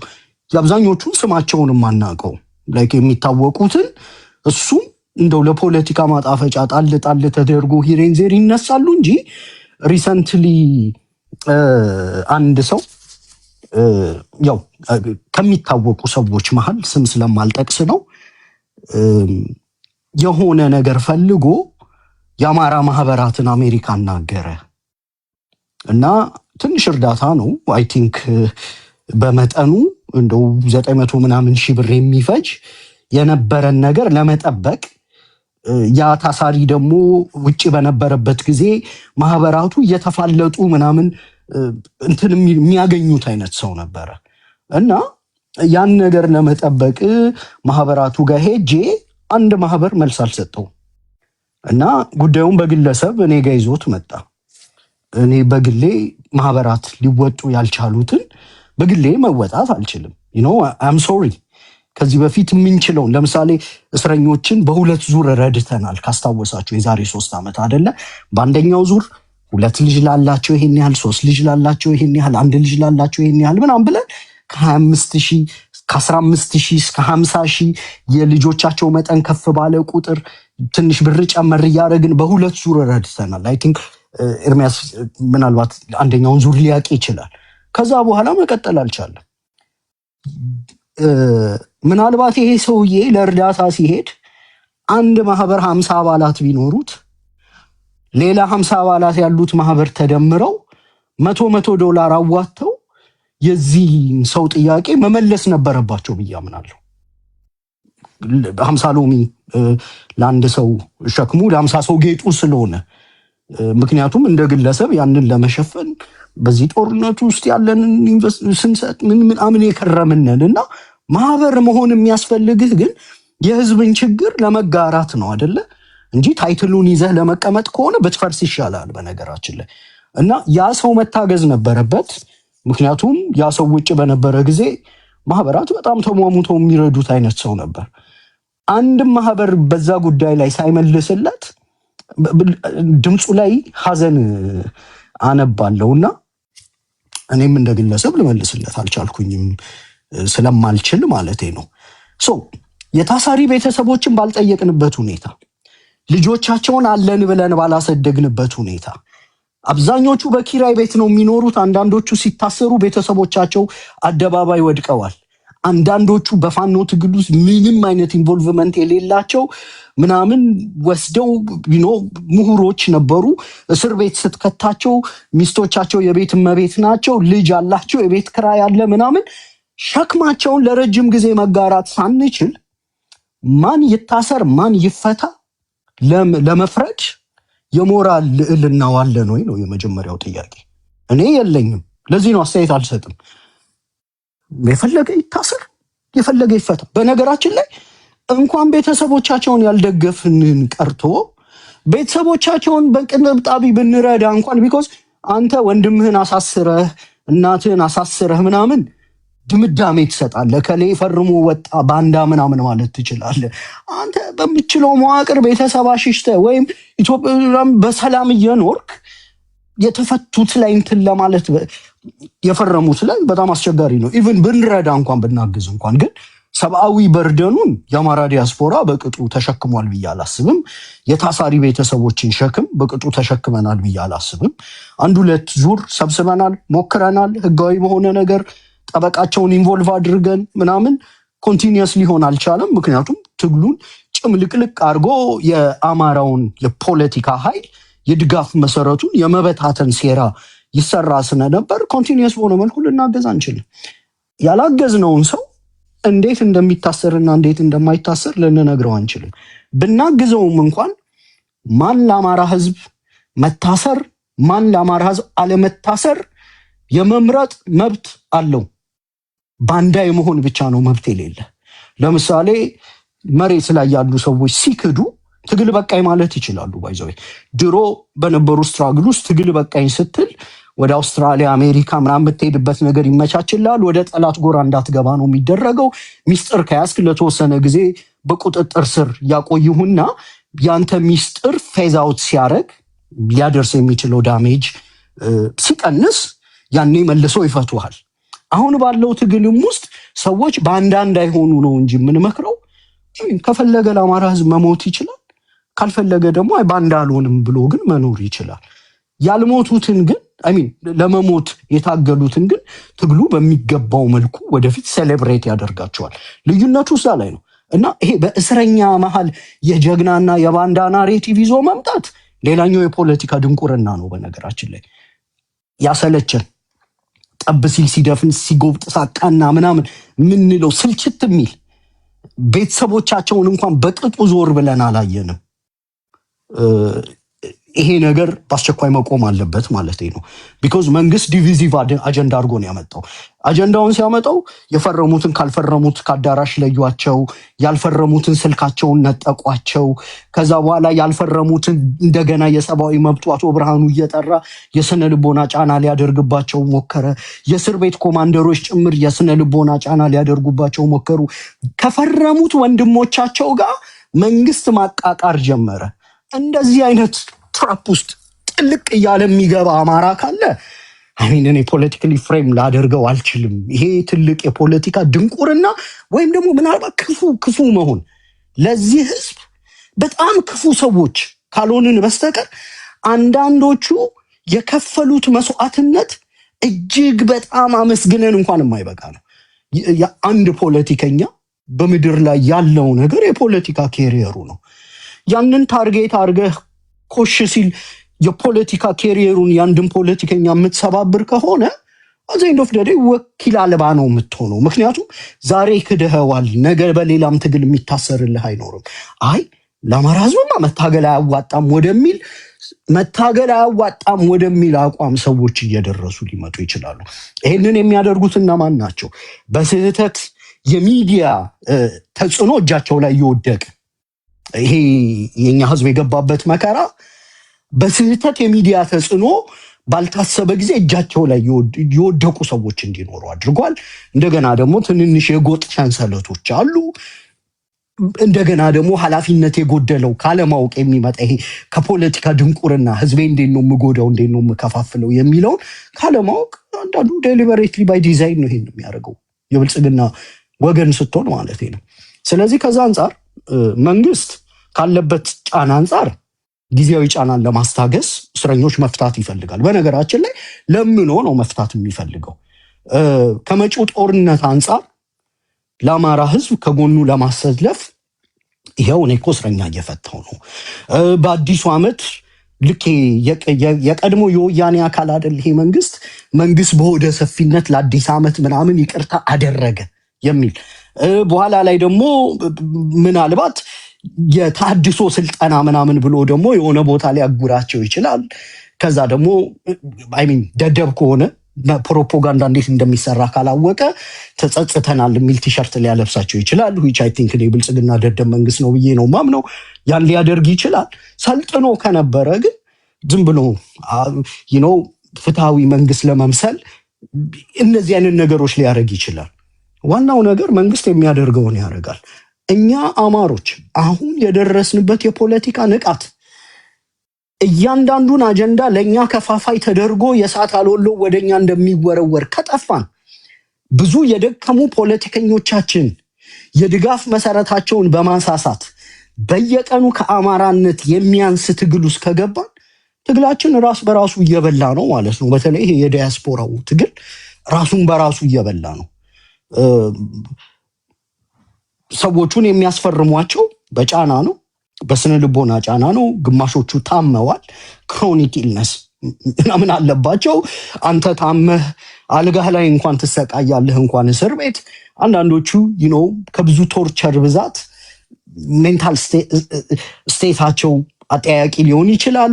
አንዳንዶቹ ቤተሰቦቻቸው ከወደቁበት ጫናና መከራ ብዛት ልጅ ሲኖርህ ልጅህ መከራ ውስጥ ሲወድቅ ጡጦ ሳይጠባ ምናምን ወይ ምግብ ሳይበላ ሲያድር እና በልጅህ ጉሮሮ ላይ ስትፈርድ ያኔ አላውቅም፣ ምናልባት በዛ ደረጃ አስተያየት መስጠት ይቻላል። መጠንቀቅ ያለብን ምንድን ነው? የፈረሙና ያልፈረሙ የሚል የፖለቲካ ናሬቲቭ ከትግላችን ተነቅሎ መውጣት አለበት። ለእኛ ሁሉም እኩል ናቸው። መንግስት ከፋፋይ አጀንዳ አድርጎ አምጦታል። ከፈረሙም መብታቸው ነው፣ ካልፈረሙም እሰየው። ትንሽ ለመታገል የሚያስችል አውድ አለ። የፈረሙት ምናልባት በምርጫ 97 ታሳሪዎችን ሲፈታ በዓለም አቀፍ ጫና ያው ይቅርታ ብለዋል ተብለው ነው፣ ግን በምህረት አዋጅ አይደል። አብዛኞቹ የወጡት ሰዎች ኢትዮጵያ ውስጥ ሰላማዊ ትግል አብቅቶለታል ብለው በቀጥታ ወደ ኤርትራ ጫካ ምናምን የሚደረግ ትግል ነው የመረጡት፣ ኢንክሉዲንግ ብርሃኑ ነጋ ማለት ነው። ከሚፈቱት ውስጥ በሰላም ይኖራሉ አብዛኞቹ። አንዳንዶቹ በሰላማዊ ትግል ሊቀጥሉ ይችላሉ፣ ሌሎቹም በፈለጉት ውስጥ። ያልተፈቱትን ግን የፖለቲካና የህሊና እስረኞች ነን ነው ያሉት። የፖለቲካና የህሊና እስረኞች ናቸው ብለን እንዴት ማስፈታት እንችላለን? ምክንያቱም አንዳንድ ጊዜ ከተፈቱትም ውስጥ በፍራስትሬሽን የፋኖ ትግል ራሱን ነፃ ያወጣም እንኳን እኛንም ብለው የደከማቸው ሊኖሩ ይችላሉ። እስር ቤት ወርውረሃቸው ቤተሰባቸውን ሳትጠይቅ ብሩታሊ ሆነስት መሆን ስላለብኝ ነው። እስር ቤት ወርውረ ቤተሰባቸውን ሳትጠይቅ ስትቀር ትግሉ ላይ ራሱ ዳውት ያደርጋሉ። ልጃቸው እየተራበ ነው። አንዳንዶቹ ጎዳና ወድቀዋል። አንዳንዶቹም በስም አናውቃቸውም፣ ሚዲያ እንኳን አያነሳቸውም። ስለዚህ ወይ ወደ ፔይ ፕራይስ ፎር ዩ ከዚህ ዲፊሲቭ አጀንዳ እኔ መውጣት አለብን ብዬ ነው ማምነው። ሌላው እንደ መጨረሻ ማነሳው ነገር በእስር ላይ ያሉ ታሳሪዎች ወንጀል ፈጽመናል ብለው ነው አይደለ የሚያስፈርሟቸው። ለምንድን ነው እንደዛ የሚያደርጉት? የፖለቲካ ቅርቃር ነው። ላይክ እነዚህን ሰዎች ለፕሮፓጋንዳ መፍታት ይፈልጋል መንግስት፣ ግን ደግሞ በቀጣይ በፖለቲካ ውስጥ ተሳታፊ እንዳይሆኑ፣ ተሳታፊ ቢሆኑ በማንኛውም ሰዓት መልሶ ክሱን በመቀስቀስ ዳግም ወደ እስር ቤት ሊመልስ የሚችልበት ግራውንድ ፈጥሮ ነው መፍታት የሚፈልገው። ስለዚህ አንዳንዶች በእስር በቤተሰብ ጭንቀት በጤና ችግርና በሌሎች ጫናዎች ምክንያት ፈርመው ሊሆን ይችላል። ሌሎች ደግሞ አይ ያልፈጸምነውን ወንጀል አንፈርምም፣ እኛ የፖለቲካና የህሊና እስረኞች ነን፣ ከፈታችሁን በፖለቲካ ውሳኔ ፍቱን እንጂ እንደዚህ ብለን ፈርመን አንወጣም የሚል ነገር ነው የወሰኑት። የደረሰባቸውን ጫና ሳንሸከም ቤተሰባቸውን በበቂ ሁኔታ ሳንደግፍ ለምን ፈረሙ ብለን ለመፍረድ የሞራል መብት ያለን አይመስለኝም። እኔ እንደ ናሬቲቭ የፈረሙ ያልፈረሙ ከሃዲ ጀግና የሚል ናሬቲቭ የለም። ዲያስፖራው በአጠቃላይ ማተኮር ያለበት ቅድም ዶክተር ሰናይት ጠቀስ አድርገዋለች፣ የመንግስትን ፕሮፓጋንዳ መስበር። ለምሳሌ መንግስት ወንጀላቸውን ያመኑ እስረኞች ይቅር ብለን ፈታን የሚል ፕሮፓጋንዳ ሊሰራባቸው ይችላል። ይህ ትርክት ሙሉ ለሙሉ እንዴት ነው የሚቀለበሰው? አንድ በፍቃድ የምትፈርመው ነገር ህጋዊና ሞራላዊ ክብደት የሚኖረው መቼ ነው? አንደኛ ያለ ጫና ስትፈርመው ነው። ሁለተኛ በነፃ ፍቃድ ስትፈርመው ነው። ሶስተኛ በጠበቃ ድጋፍና ገለልተኛ በሆኑ በሰብአዊ መብት ተቋማት ክትትል ሲፈረም ብቻ ነው። በነገራችን ላይ ከፈረሙት ውስጥ አንዳቸውም በአቃቢ ህግ ወንጀለኛ ተብለው የተፈረደባቸው የሉም። ዲው ፕሮሰስ ነው። ዲው ፕሮሰሱ ማለቅ አለበት። ከዛ በኋላ የይቅርታ አዋጅ ካለ ለፕሮፓጋንዳም ቢሆን ልትስበው ትችላለህ። ፍርድ ሳይሰጥብህ በመሃል ሰበር ገብቶ መንግስት ያልተፈረደባቸውን እስረኞች በይቅርታ አዋጅ እፈታለሁ ማለት በራሱ ህገ መንግስታዊ ጥሰት ነው። መንግስት ምን ያህል ዴስፕሬት እንደሆነ ነው የሚያሳየው። ኢንፋክት ሳይፈረድባቸው ስለሆነ ባለባቸው የጤና ችግርና ቤተሰቦቻቸው የወደቁበትን ጫና ምናልባት ቅድም እንዳልኩት የሰብአዊ መብት ኮሚሽኑ ራሱ የመንግስት አንዱ ያፈና መዋቅር አካል ከመሆን አንጻር ስለሆነ የፖለቲካ እስረኞች እንጂ የፖለቲካና የህሊና እስረኞች መሆናቸውን ነው የሚያረጋግጥልን ይሄ ነገር ማለት ነው። አንዳቸውም በፍርድ ቤት በህጋዊነት ወንጀለኛ ስላልተባሉ መደምደሚያ ምንድን ነው? በፈረሙና ባልፈረሙ ታሳሪዎች መካከል ልዩነት በማድረግ የሚሰራው ፖለቲካ መቆም አለበት በአስቸኳይ። ሁሉም ወንድሞቻችን ናቸው። የወራት ልዩነት መስዋዕትነት አከፋፈልና መስዋዕትነት የመክፈያን መንገድ ምርጫ፣ ምናልባት አንዳንዶቹ የሚፈቱት ነገ ከነገ ወዲያ የሚወስኑትን ውሳኔ አታውቅም። እስር ቤት ቁጭ ብለው ከጠቀሙት ይልቅ ሜቢ ለትግሉ መንግስትንም ራቁቱን ለማስቀረት ከእስር ቤት ውጭ ሲወጡ የታሰሩበትን ሁኔታ በመግለጽ ሞር መንግስትን ኪሳራ ላይ ሊጥሉት ይችሉ ይሆናል፣ ወይም ሌሎች አማራጮችን ሊወስዱ ይችላሉ። ነገን በማናውቅበት ሁኔታ ዛሬን ፍሬም የምናደርግበት ነገር ላይ ከፍተኛ ጥንቃቄ መውሰድ፣ ዲያስፖራው ከፍረጃ ተቆጥቦ ለሁሉም ታሳሪዎችና ቤተሰቦቻቸው እኩል ከተቻለ የሞራልና የገንዘብ ድጋፍ ነው የሚያስፈልጋቸውና ያንን ማድረግ አስፈላጊ ነው ብዬ አምናለሁ። ጨርሻለሁ። አማራ ዛሬ ቴንኪዩሪ አመሰግናለሁ። በጣም ከጠበቅኩት ሰዓትም አጠር ያለ ጊዜ ነው የወሰድከው። በጣም ቆንጆ ሀሳቦች አንስታችኋል። አይ ቲንክ እየተማርን ነው ሁላችንም። ትንግርቱ አለህ። ትንግርቱ አብረህ አድሬስ እንዲደረግ የምፈልገው ሌላም ሰው ኤርሚያስም እንግዲህ በኋላ እድል ካገኘን አንዱ የምናነሳው ነገር ነው የሚሆን።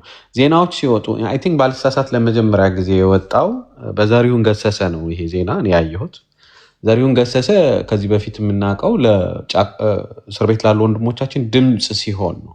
ጠላት ሆኖ አላውቀው። ለአንዳንድ ታሳሪዎች አሁን በዚህ አጀንዳ ውስጥ በጣም ስማቸው ለሚነሱ ታሳሪዎች ቅርብ ሰው ነው። በጣም ማለት በጣም የሚደግፍ ሰው ነው።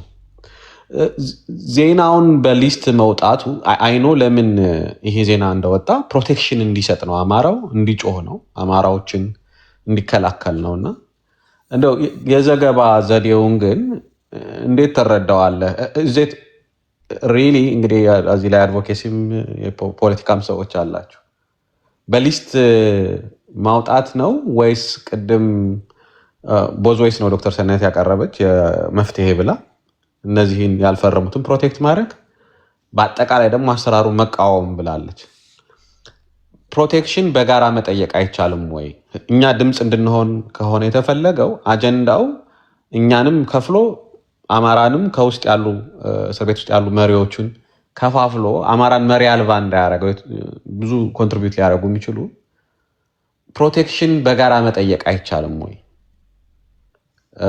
በዜናው ማለት በጥቅል መጠየቅ አይቻልም ወይ? እንዴት ነው የምታየው ይሄንን? ሌሎች ከተነሱት ሀሳቦች በተጨማሪ ይሄኛው ትንሽ ግልጽ ስላልሆንኩ ነው። እና የነበረውስ ልምድ እንዴት ነው? እንዲህ አይነት ነገሮች ሲዘገቡ በተለይ እነዚህ ሲገቡ በተመሳሳይ ኮዝ አሁን ለምሳሌ ቅንጅት ተካክደው የገቡ ነው፣ ተለያይተው ተካክደው የገቡም ሰዎች አሉ። ልደቱ ካደን ምናምን የሚል ክፍፍል ነበረ ሲገቡ። እነዚህ በኦልሞስት ብሔርተኛ የምንላቸው አይነት ሰዎች ናቸው።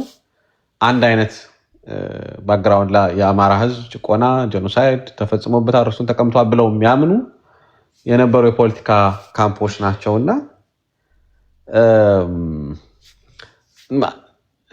እንዴት ነው ልምዱ? እንዴት ነው የነበረው? ማለት እንዲህ አይነት ነገሮች ሲፈጠሩ እንዴት ነው ከዚህ በፊት ይቀርቡ የነበረው? የፊርማ አይነት ስርዓቶች ስናይ ስሞች ሜንሽን ተደርገው ቁጥሮች ሜንሽን ተደርገው ነው ይቀርቡ የነበረ?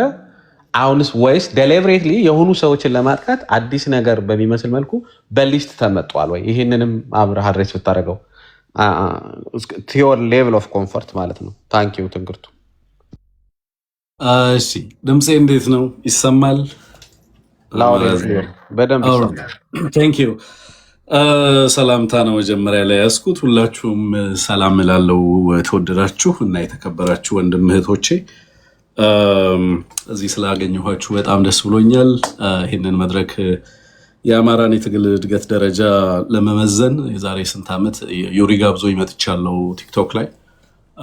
ከዛ ጊዜ በኋላ ይህንንም መድረክ በእውነት ስገኝ እዚህ የምትገኙ ልጆች በትግል ውስጥ ማውቃችሁ ቀደም ብሎም ጀምሮ ስለነበረ በአማራ ላይ የጦርነት የህልውና ጦርነት ከመታወጁ በፊት እና ህዝባችን ላይ ዘር ፍጅት ጦርነት ከመታወጁ በፊት ስለማውቃችሁ ከዛ ጊዜ ጀምሮ ያላችሁ በትግል ውስጥ በጽናት እዚህ የተገኛችሁ ልጆች ስለሆናችሁ ታሪካዊ አንድምታም አለው እዚህ መድረክ ላይ የተገናኘን ልጆች ማለት ነው። ዝም ብለን አድራሽ ጎርፍ አይደለም የሰበሰበን። ቀደም ብለን በአማራ ትግል ውስጥ ይሄ ጦርነት እንደሚመጣ ማስቀድመን ተንበየን መታገያ ስልቱንም በተለያየ መንገድ ለማስቀመጥ የራሳችንን ትንተና የሰጠን ልጆች ነን ማለት ነው።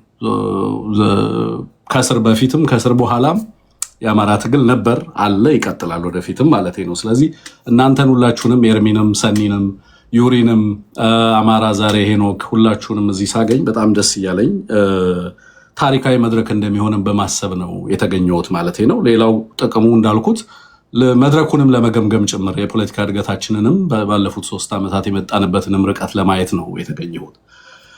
በጣም ደስ ብሎኛል። ምክንያቱም የአማራን የፖለቲካ እድገት አይቼበታለሁ። እስካሁን በነበረን ውይይት እንኳን ፖለቲካ እንዴት ነው የሚታየው የሚለውን ነገር በደንብ እንድፈትሽበት ያስቻለ መድረክ ሆኖ ነው ያገኘሁት። ስለዚህ በጣም ደስ ብሎኛል እና እሱን መግለጽ ፈልጋለሁ። ሌላው ወደፊት በቪዲዮ አማራ ከዚህ በኋላ እንግዲህ በቪዲዮ ቀርበን የምናወራበት ጊዜ መሆን አለበት። በብዛት በአማራ ትግል ውስጥ የማውቃቸው ስመገናና የሆኑ ከዩሪንና ማለት አማራ ዛሬን በአካል የማውቃቸው ወዳጆቼና ወንድሞቼ ናቸው። እናንተን ማለት ያለም እና ወደፊት ምንም የምንደባበቅበት ትግል አይደለም ማለት ነው። በአካል በቪዲዮ ወተን ነው የምናታግለው ህዝባችንን።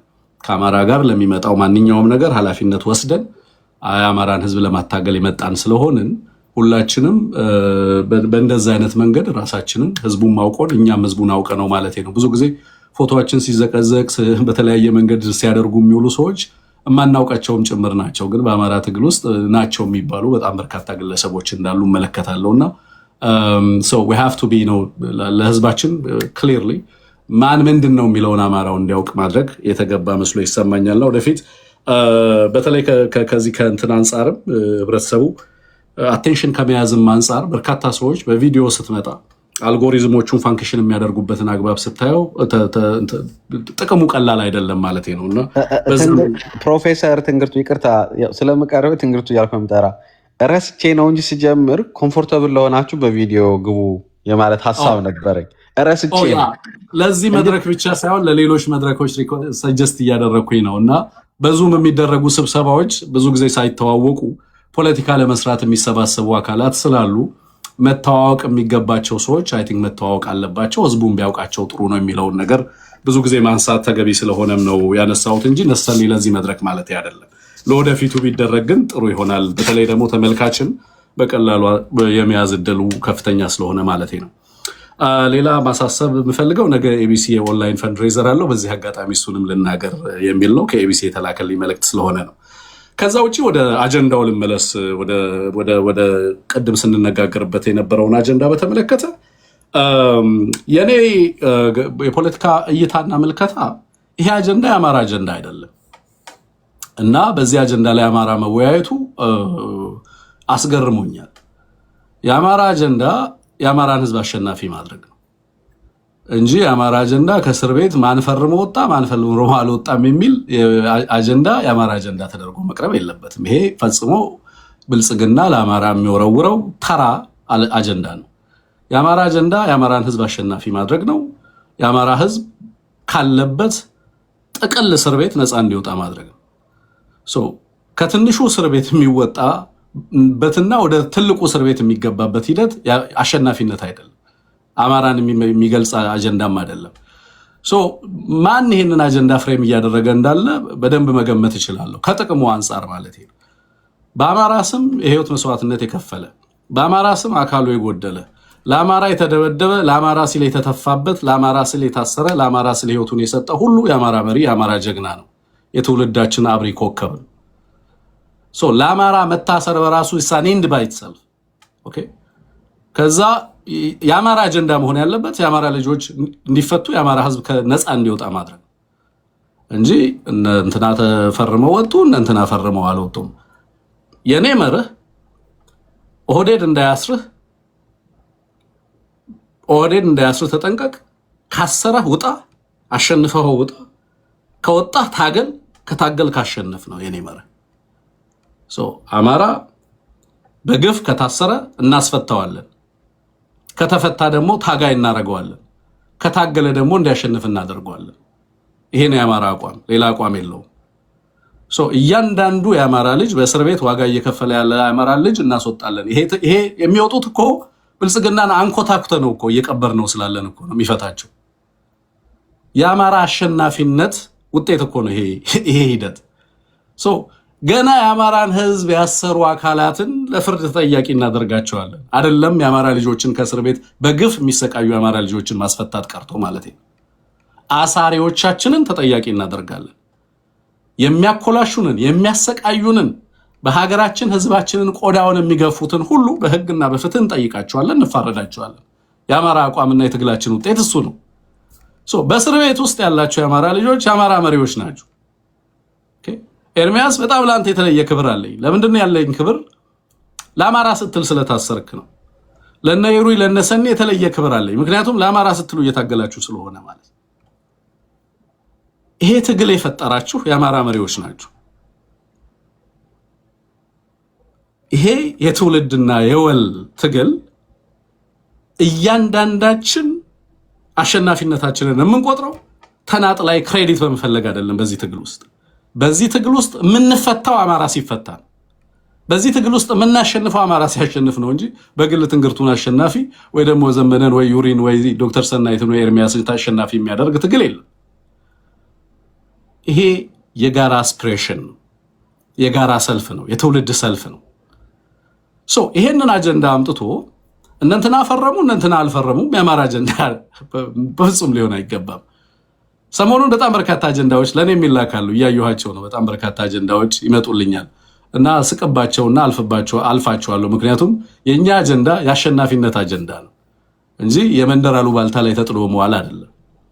እና የአማራ ልጆች በእስር ቤት ውስጥ በግፍ እየማቀቁ ይገኛሉ። ቁጥራቸው በብዙ 100 ሺህ የሚጠጋ ነው። ብዙዎቻችሁ የምታውቁት ቃሊቲና ቅሊንጦ ያሉትን አማራዎች ነው። በጣም በበርካታ የኢትዮጵያ እስር ቤቶች ውስጥ አንደርግራውንድ ማጎሪያዎች ውስጥ ህዝባችን በእያንዳንዱ ሼልተር እያንዳንዱ ሚሊሻና የሰፈር የፈረረ ጴሎላና የተለያየ አደረጃጀት ሁሉ አማራን ሲያስርና አማራን ሲያሰቃይ ነው የሚውለው። ሀገሪቱ አጠቃላይ ኢትዮጵያ አሁን ያለችበት ሁኔታ ኢትዮጵያ የአማራ እስር ቤት ከዚህ በፊት ብሔር ብሔረሰቦች እስር ቤት ነበረች ነበር ቢባለው አይደለም። ያንን ትራጀዲ በሌላ አሳዛኝ ትራጀዲ ቀይረውት ዛሬ የአማራ እስር ቤት ኢትዮጵያን ለማድረግ የሚሰሩ ኃይሎች ናቸው። እነዚህ ኃይሎች ከየትም ወዴትም አይወጣም ማለት ነው። የሚወጣ ሁሉ ትግል ነው የሚጠብቀው። የሚገባው ሁሉ ትግል ነው የሚጠብቀው።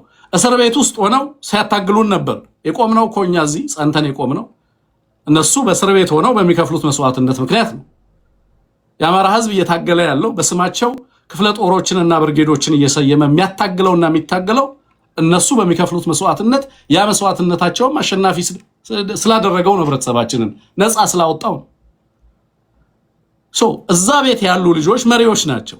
ማወቅ ያለባቸው በሚያደርጓቸው ተግባሮች ሁሉ የአማራን የሞራል መሪነት እና ምልክትነት ሚና መያዝ ተገቢ መሆኑን እያንዳንዳችን በምናደርጋቸው ትግሎች ውስጥ ሁሉ ራሳችንን አይደለም ማየት ያለብን። የምንሰራቸው ሁሉ የምናደርጋቸው ተግባሮቻችን ሁሉ ከአማራ ህዝብ የጋራ ፍላጎት አንጻር መታየት መቻል አለበት ማለት ነው። እያንዳንዱ የምንተገብራቸው የምንናገራቸው የምንሰራቸው ፖለቲካዎች ሁሉ እንዴት በጋራ አማራን አሸናፊ ያደርጋሉ የሚለው ነገር ሁልጊዜም የኛ መርህ መሆን መቻል አለበት። ዩሪ ያስቀመጥካቸውን ነጥቦች የአማራ የፖለቲካ ብያኔ ነው። ለኔ የአማራ የፖለቲካ ብያኔ ነው። የዚህ ትውልድ የፖለቲካ አቋም ነው። እስር ቤት ፈርሞ ወጣ፣ ማን ፈርሞ ገባ፣ የአማራ አጀንዳ ፈጽሞ ሊሆን አይገባም። እያንዳንዱ የአማራ ልጅ ነፃ ይወጣል። ነፃ የምናወጣው ደግሞ በትግላችንና በምንከፍለው መስዋዕትነት ነው። ህዝባችን እየከፈለ ባለው መስዋዕትነት ነው። በነፃ የምናገኘው ነፃነት በዛ ሀገር ላይ እንደሌለ አረጋግጠናል። እግር ልሰን አይተነዋል፣ ተንበርክከን አይተነዋል፣ ተፈናቅለን አይተነዋል፣ ሞተን አይተነዋል፣ ለምነን አይተነዋል። ያልሆነው ነገር የለም በዛ ሀገር ላይ። በዛ መንገድ የአማራ ክብርና ዲግኒቲ አይረጋገጥም። ያ የሞኞች መንገድ ነው። ይሄ መንግስት ስለፈታን ወዳጅ ያደርገናል የሚሉ ሰዎች ይሳሳታሉ። ብዙ ጊዜ አያውቁትም ምን አይነት ስብስብ ጋር ትግል እየተደረገ እንዳለ ማለት ነው። የተፈታ ወደ ትግል ይገባል፣ የታገለ ደግሞ አሸናፊ ይሆናል።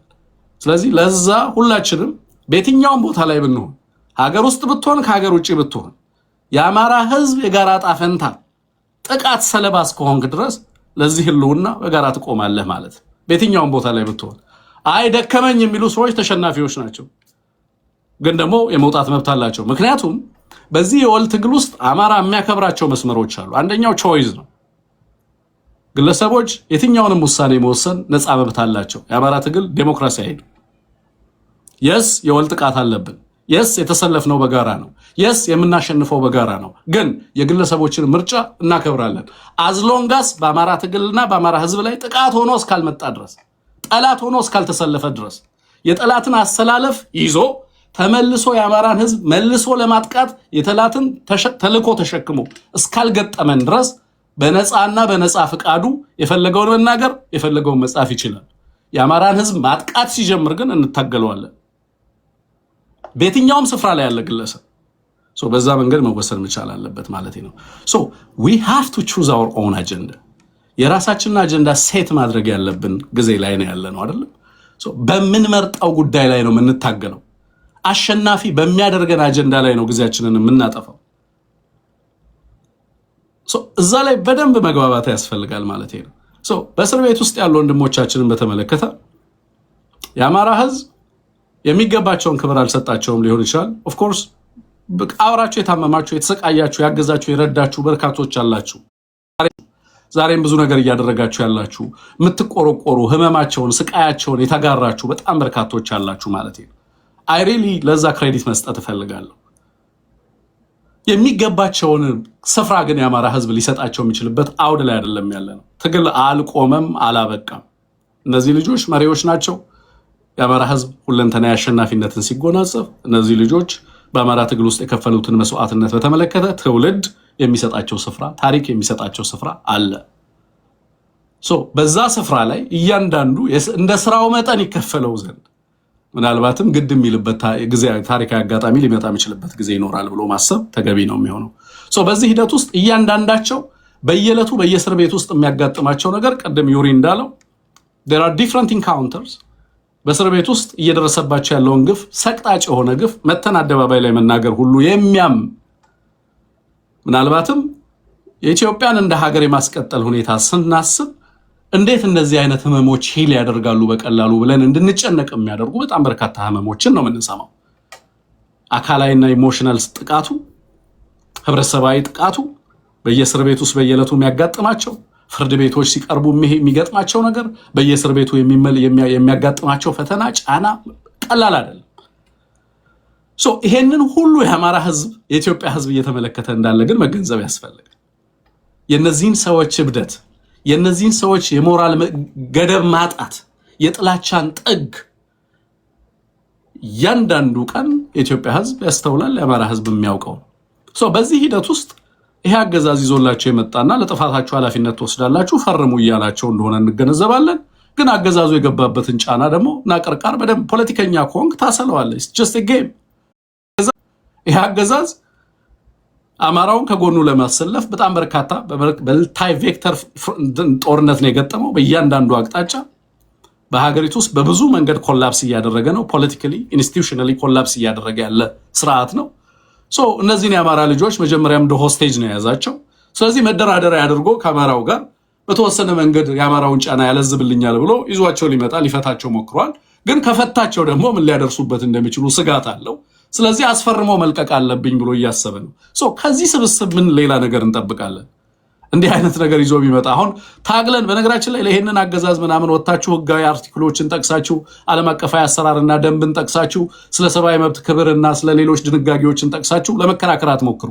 እንደዛ ኦፕሬት የሚያደርግ ስብስብ አይደለም። ይሄ አገዛዝ የሚያውቀው ኃይል ነው። ይሄ አገዛዝ የሚገነዘበው አቅም ነው። አማራን ማዋረድ የፈለገው አማራ የነበረበት ፖለቲካዊ ቁመና ነው። ዛሬ እየፈጠርን ያለነው አማራ ግን ይሄ አገዛዝ አማራን አሳሪ ሆኖ የሚቀጥልበትን እድል ይነፍገዋል። በግልጽ ማወቅ ያለብን ይሄን እየፈጠርን ያለነው አቅም ይሄን አገዛዝ ሳይወድ በግዱ የአማራ ልጆች መፍታት አይደለም እግራቸው ላይ እንዲወድቅ ፓወርን ሪኒጎሽት እንዲያደርግ ወደምንፈልገው ሁኔታ እሱ ፈለገም አልፈለገም የምንፈቅደውን ስርዓት በሀገራችን ላይ ለማኖር የሚያስችለንን ሁኔታ እንድንፈጥር የሚያስችል አውድ ውስጥ እየተገባ እንዳለ በደንብ መገንዘብ ያስፈልጋል ማለት ነው። በትንንሽ አጀንዳዎች ላይ ብዙ ጊዜያችንን ባናጠፋ ጥሩ ስለሚሆን ነው ይሄንን የማነሳው። አጀንዳው ማን የፈረመው ማን ያልፈረመው የአማራ አጀንዳ አይደለም። አማራ ይሄንን ስርዓት ያሸንፋል፣ የአማራን ህዝብ ነፃ እናወጣለን ነው። የአማራ ትግል አጠቃላይ ኮሙሌቲቭ ውጤቱ እሱ ነው። ስለዚህ እነዚህ ወንድሞቻችን በእስር ቤትም በተለያየ ቦታ ላይ የሚማቀቀው የአማራ ህዝብ በጋራ ነው አሸናፊ የሚሆነው የሚለውን በደንብ መገንዘብ ያስፈልጋል ማለት ነው። ለዚህ ሂደት ትኩረት ሰጥተን እየሰራን እስከሆነ ድረስ አጀንዳዎቻችንን በጣም መምረጥ ይኖርብናል። በተለይ ደግሞ አታጋይ ድርጅቶቻችን በማህበራዊ ሚዲያም በሌሎች መንገድም የሚመጡ አጀንዳዎች አማራዊ አጀንዳዎች መሆናቸውን የምንለካበት መንገድ አለ። አንደኛው ከአማራው አንድነት አንጻር ያላቸውን ፋይዳ ማየት፣ ሁለተኛ ከአማራ ትግል አንጻርና ከአጠቃላይ አሸናፊነት አንጻር የሚኖረውን ፋይዳ መለካት ነው። እያንዳንዱ አጀንዳ ከዛ አንጻር ነው መለካት ያለበት። የሚመጡ ሰሞነኛ አጀንዳዎች አሉ። ለምሳሌ የነዛ 3 ወንድሞቻችንን በአደባባይ መረሸን አጀንዳው ፍላጎቱ ምንድን ነው? ፖለቲካ አንድምታው ምንድን ነው ማሳካት የፈለገው? ይህንን አምጥቶ ይህንን አጀንዳ እንዴት አድርገን ከአማራው ጥቅም አንጻር ይህንን አጀንዳ እንፈትሸው የሚለውም በእያንዳንዱ በማህበራዊ ሚዲያ በተለይ ደግሞ ዲጂታል እንትኑ ላይ ያለን ሰዎች ተጽዕኖ የምንፈጥር ሰዎች በተለያየ መንገድ ማህበረሰቡን እናነቃለን የምንል እያንዳንዱን አጀንዳ ከወል ጥቅሞቻችን አንጻር ከአማራ የጋራ ጥቅሞች አንጻር የዚህ አጀንዳ ሚዳ ፋይዳው ምንድን ነው የሚለውን ነገር በደንብ መለካት በደንብ ማየትና አጠቃላይ አሸናፊነትን ታሳቢ ያደረገ አቅጣጫ እያስቀመጥንበት እየሰራንበት መሄድ ይኖርብናል ነው። ግን በጣም የሚገርመው ግን ፖለቲካል ማቹሪቲ ላይ ስለመጣ አማራው ኢንቴሌክቹዋል ኮንሰንሰስ ላይ ሳይነጋገር መድረስ እየቻለ የመጣበት ሁኔታ አለ። የአጀንዳዎችን ሚዛን እንኳን የምንለካው ተቀራርበን ስናወራ አይደለም። ይሄ አጀንዳ ቲክቶክ ላይ ቢነሳ እንዴት አማራዎች እንደሚመክቱ ታውቃለሁ። ይሄ አጀንዳ ሜንስትሪሙ ላይ ቢነሳ እንዴት አማራው እንደሚመክተው አውቃለሁ። ይሄ አጀንዳ የተለያየ ቦታ ላይ ቢነሳ አማራ እንዴት ነው የሚረዳው እንዴት ነው የሚመክተው የሚለውን በደንብ እገነዘባለሁ ማለት ነው። መሪዎቻችንም በየዘርፉ ያሉ እስር ቤት ያሉ ወንድሞቻችንም በየቦታው ላይ ያሉ ወንድሞቻችንም እያንዳንዱን አጀንዳ እንዴት አማራን አሸናፊ ያደርጋል ከሚል አንጻር እየፈተሹ እነዛ አጀንዳዎች በተለይ ደግሞ በማህበረሰቡ ዘንድ የጋራ አጀንዳ ሆነው የሚንሸራሸሩበት ሁኔታ እንዲመጣና እነዛ አጀንዳዎች ተጽዕኖ እንዲፈጥሩ ማድረግ ይገባል። ከዛ ውጭ ግን አማራውን አሁን ሰሞኑ ላይ የሚመጡ በርካታ አጀንዳዎች ይኖራሉ። በቀጣይ የሚያመጡልን አጀንዳዎች ይኖራሉ። እነዛ አጀንዳዎች ግን ሲስተማቲካሊ እያፈረስንባቸው የእነሱን አጀንዳ መመከት ብቻ ሳይሆን ደግሞ የአማራን አዳዲስ ትርክት እየፈጠርን ሌሎችም ህዝቦች የእኛን ፍላጎት የህዝባችንን እውነተኛና ሀቀኛ ትግል እንዲገነዘቡ እያደረጉ መሄድ የኛ ሚና መሆኑን በደንብ መገንዘብ ያስፈልጋል። ሰው እዚህ ላይ ማውራት ካለብን ማውራት ያለብን የታሰሩ አማራዎችን ትፈታለህ አትፈታም? አጀንዳችን እሱ ያሰርካቸውን የአማራ ልጆች አንድ በአንድ ትፈታለህ። እያሰቃየህ ያለውን በየእስር ቤቱ በርካታ የአማራ ልጆችን፣ ሐኪሞችን፣ የአይቲ ባለሙያዎችን፣ ኢንጂነሮችን በርካታ በሀገሪቱ ውስጥ በጣም ቁልፍ ሚና የነበራቸውን ግለሰቦች፣ የፋይናንስ ባለሙያዎች በአማራ ትግል በአንድም በሌላ መንገድ አማራን ሊያግዙ ይችላሉ የሚላቸውን የአማራን ኮሌክቲቭ ብሬን ኢንቴሊጀንሺያ እስር ቤት ውስጥ አድርጌያለሁ ብሎ የሚያስብ አገዛዝ ነው። መላ አማራን እንዲፈታ የምናደርግባቸውን አማራጮች በየጊዜው አቅማችንን እያጠናከርን ኤንድ በተለይ ዲጂታል ፕሬዘንሳችን ደግሞ በዛው ልክ በተጠና መንገድ እነዛን ተጽዕኖዎች እየፈጠረ በተለይ አድቮኬሲን የምትመሩ ሰዎች እነዛን ተጽዕኖዎች እየፈጠረ እያንዳንዱ አማራ በየእስር ቤት ውስጥ እየከፈለ ያለውን ዋጋ ለዓለም አቀፉ ማህበረሰብ በማሳየት ትግል ማድረጋችንን አጠናክረን መቀጠል ይኖርብናል። ትፈታለህ ነው የምትፈታው። አማራ ደስ ስለሚልህ አይደለም። ትፈታለህ የምትፈታው አማራ ስለሚያስፈታህ ነው። ተጠያቂ ስለምናደርግህ ነው። ስለምትሸነፍ ነው የምትፈታው። እዛ ላይ ነው መግባባት የሚያስፈልገው። ኤንድ ተፈታን ማለት ደግሞ የአማራ ትግል አበቃ ማለት አይደለም። ኤንድ ቪክትሪ ነው ማለት አይደለም። ኦኬ። ምክንያቱም የአማራ ህዝብ በጥቅል እስር ቤት ውስጥ ነው። ሀገሪቱ አማራን ከመወንጀል ክሪሚናላይዝ ከማድረግ መውጣት አለባት። ሀገሪቱ አማራን ከማሰር መውጣት፣ ከዛ ልምምድ መውጣት አለባት። ተቋሞቿ የኢትዮጵያ ህዝብ ተቋም እንዲሆኑ እንታገላለን። የፍትህ ተቋማት እንዲሆኑ ኢምፓርሻል እንዲሆኑ እንታገላለን። በሀገሪቱ ውስጥ እኩልነት እንዲሰፍን ይሄንን ሞንስተር የሆነ የዘውግ አገዛዝ ፋሽስቲክ የሆነ ስርዓት እናሸንፈዋለን። ስለዚህ የምንታገለው ተቋማቱን፣ አሰራሩን፣ ባህሉን፣ ደንቡን፣ ፖሊሲውን፣ መዋቅሩን ለማሸነፍም ጭምር ስለሆነ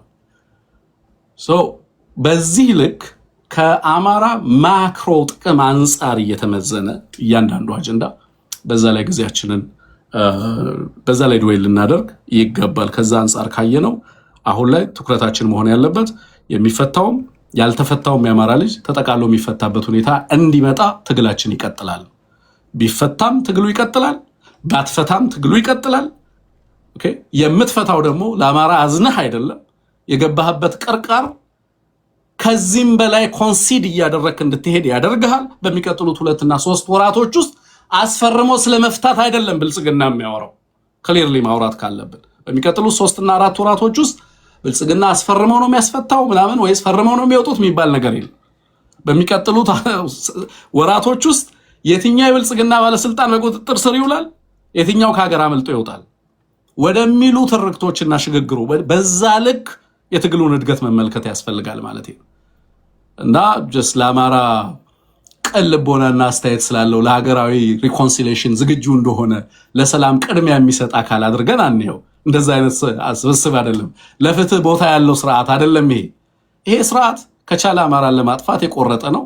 ቆርቧል። በዛ የአማራ ህዝብ አልፈቀደለትም። እየታገለው ነው፣ እያሸነፈው ነው። አያጠፋንም፣ እናሸንፈዋለን።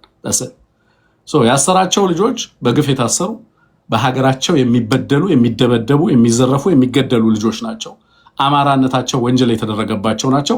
አማራነትን ከወንጀለኛነት ሊስት ውስጥ ነው የምናወጣው። አማራ ህዝብ ነው ብላ ኢትዮጵያ ሪኮግናይዝ እንድታደርገው ነው የምናደርጋት። አማራ ክብር የሚገባው ዲግኒቲ የሚገባው የሀገር ባለቤት የሆነ ህዝብ ነው። በህግ ከሌላው ጋር እኩል ነው ብላ የምታምን ሀገር እንፈጥራለን። ለዛ አይደለም እንታገለው። ስለዚህ መንገዱና ሂደቱ ላይ እንትን አንበል ማለት ነው። በተለያየ መንገድና አብዲሳ ጋር ለምሳሌ እናንሳ ቢባል በታሪክ ከእስር ቤት ወጥተዋል፣ ግን ትግሉን አላቆሙም አይደለም። የዛሬዎቹን የእኛን የዘመናችንን የአማራ ልጆች እናንሳ። ታሪክ እየሰሩ ያሉ ዛሬ ትግል ሜዳ ላይ ሄደው ትግል እያታገሉ ያሉ ልጆች እንዴት አድርገው እንደወጡ ታውቃላችሁ። ትግል አይቆምም። የአማራ ህዝብ ሁለንተና አሸናፊነትን እስኪጎናጸፍ በኢትዮጵያ ውስጥ በኩልነት የምንኖርበት ፖለቲካዊ አውድ እስኪፈጠር ድረስ የሚቆም የአማራ ትግል የለም። የሚፈታና የሚፈታ መንግስት አማራ ታሳሪ፣ ብልጽግና ኦህዴድ አሳሪ ሆኖ የሚቀጥልበት የፖለቲካዊ አውድ ይገለበጣል ነው። በዚህ ላይ ልንግባባ ይገባል። እንገለብጠዋለን። ይሄንን አስተሳሰብ፣ ይሄንን ጸረ አማራዊ ስርዓት እንገለብጠዋለን እና በአፍጢሙን ተክለዋለን። የአማራ ልጆች በማንነታቸው ምክንያት የማይሳቀቁበትን ሀገር እንፈጥራለን። ለዚህ የጋራ ግብ ነው የተነሳ ነው አይደለም። ስለዚህ ታስሮ የሚወጣውም በየትኛውም መንገድ ይውጣ፣ ለእኔ ታጋይ ከሆነ ትግል ይቀጥላል። ያመመው የዛለ ጉዳት የደረሰበት ደግሞ ሕክምና ያገኛል። አማራነትህ በአማራ የታሰርክለት አሸንፈሃል። ለአማራ ለመስጠት የቆምክለት ራስህን አሸንፈሃል። ለእኔ ድሉ እሱ ነው። አንድ ሰው አማራ ሆኖ ለአማራ ባይዘወይ ያልታሰርከው ለአማራ ስለማትታገል ነው ማትታሰረው።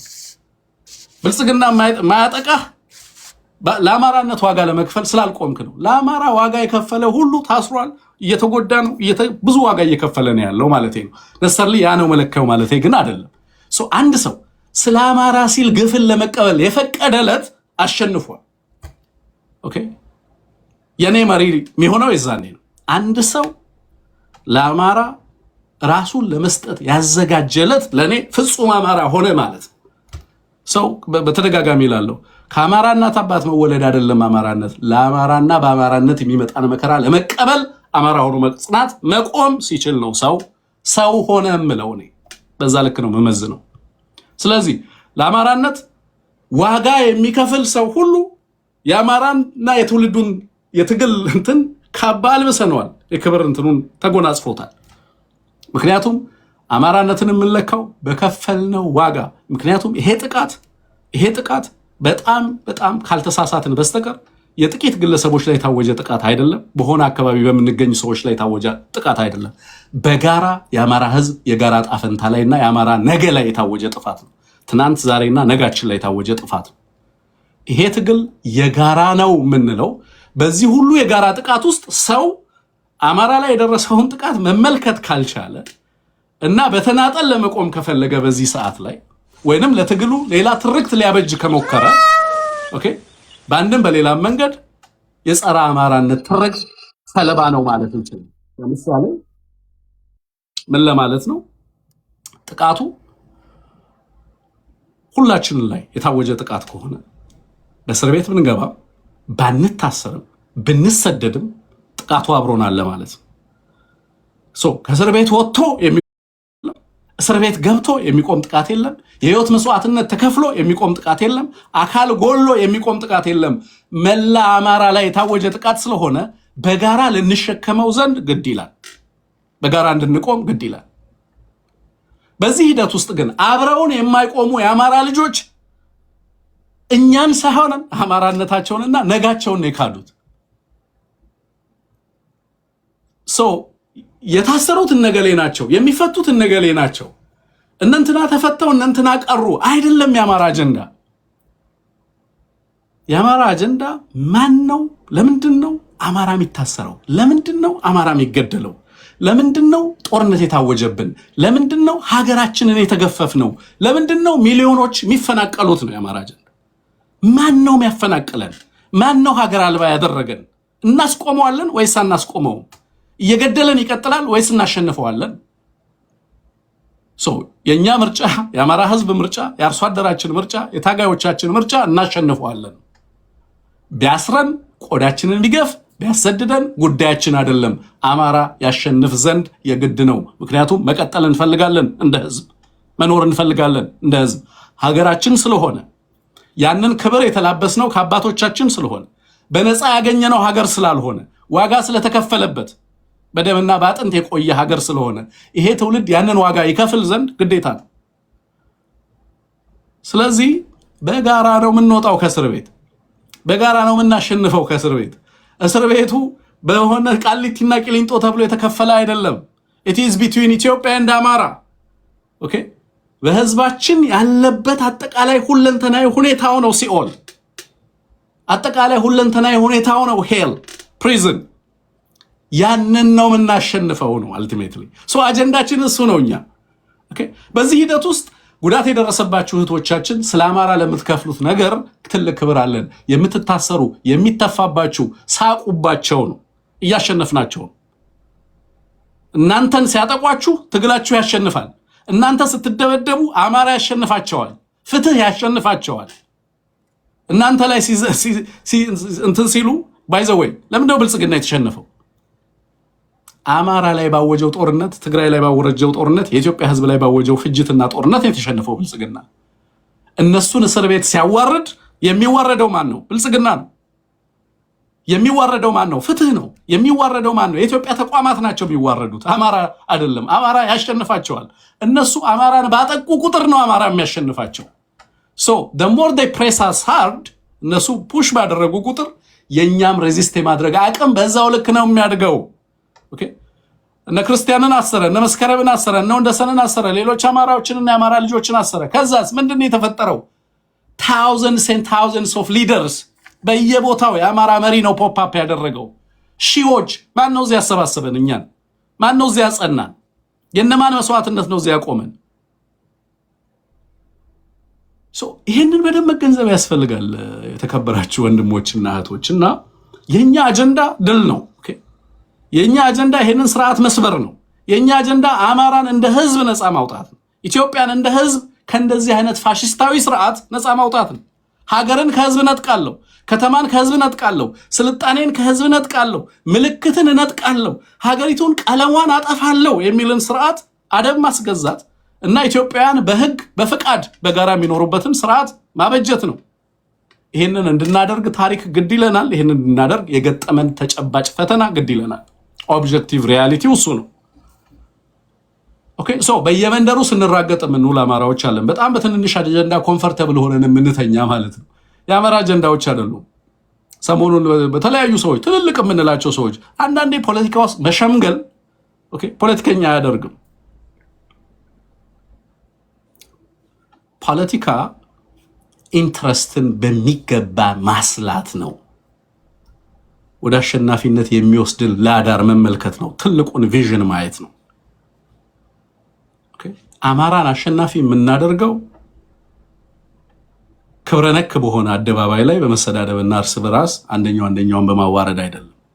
የአማራን ትግል ወደ ትንተና ስናመጣው፣ የአማራን ትግል ወደ ምክረ ሐሳብ ስናመጣው፣ ተቋም እንዲመራው ስናደርግ ነው። በተቋም ስንሰባሰብ ነው። ቲንክ ታንኮቻችን ተንታኞች ሲሆኑ ሪኮሜንዴሽን ነው የምናቀርበው ለሊደርሺፕ፣ እኛ ስንወስንለት አይደለም። እነዚህ ወንድሞቻችን በእስር ቤት ያሉ ልጆች ስለ አማራ እና በአማራ የታሰሩ በአማራነታቸው የታሰሩ ልጆች የተወነጀሉ ናቸው። አማራ ነፃ ሲወጣ ነፃ ይወጣሉ። ህሊናቸው ግን ነፃ እንደወጣ እናውቃለን። አሸንፈነዋል። አማራ ሊበሬት አድርገነዋል ሜንታሊ አትሊስት። እነዚህ ልጆች ደስ እያላቸው ነው መስዋዕትነት የሚከፍሉት። አውቃለሁ በየዕለቱ ምን እንደምትሉ በእስር ቤት ሆናችሁ ኤርሚያስ እንዴት እንደምትጋፈጡት ይህንን ፋሽስታዊ ስርዓት። ክብርም ነው ለአማራ። በነገራችን ላይ መከራን ለመቀበል መታጨት ክብርም ነው ብናውቅበት እና ያንን የሚያከብር ትልቅና ጨዋ ህዝብ ነው የአማራ ህዝብ። መስዋዕትነትን የሚያውቅ ጀግኖቹን ቦታ የሚሰጥ ማህበረሰብ ነው። አማራ የሚያዋርድ ነው የሚለው የጠላት ትርክት ነው። አማራ ላይ የተለጠፈ ስም ነው እንጂ አማራ እንደዛ አይነት ማህበረሰብ አይደለም እና የራሱን ሌላውንም ማህበረሰብ የሚያከብር ህዝብ ነው። ያንን በደንብ ማክበር ያስፈልጋል። ለጀግኖቻችን ትልቅ ክብር ነው ያለን። የመውጣት ያለ መውጣት መብቶቻቸው ቾይዞቻቸው የነሱ ናቸው። እነዚህ የህሊና እስረኞች ናቸው። ህሊናቸው የነሱ ነው። አማራነታቸውን የታሰረው ግን የአማራን ትግልና ከአማራ ትግል ፈቀቅ እንደማይሉ እናውቃለን። ለምን? ለአማራ ስለመታሰር ስለፈቀዱ እናውቃለን። ለአማራ ለመታሰር የፈቀደ ሰው የአማራን ትግል አይሸጥም። ለአማራ መስዋዕትነትን ለመቀበል የፈቀደ ሰው የአማራ ትግል አካል ነው። ስለዚህ ትግሉ በእንትና መውጣትና በእንትና መግባት የሚቆም አይደለም፣ ሁለንተናዊ ድል ነው የሚያስቆመው የሚለውን በደንብ መመልከት ነው። ፒክቸሮቻችንን የዚህ የትግሉን እይታችንን ትልቅ ከፍ እያደረግነው ነው። ብዙ ጊዜ ምን መዘርዝረው እያንዳንዱን ነገር ከዚህ ከጋራ አሸናፊነት አንጻር ምን ማለት ነው እያንዳንዱ አጀንዳ የሚለውን በዛ ልክ እንመልከተው። ያንን ካደረግን እንደነዚህ አይነት አጀንዳዎች በየሰፈሩ ሊባሉ ይችላሉ።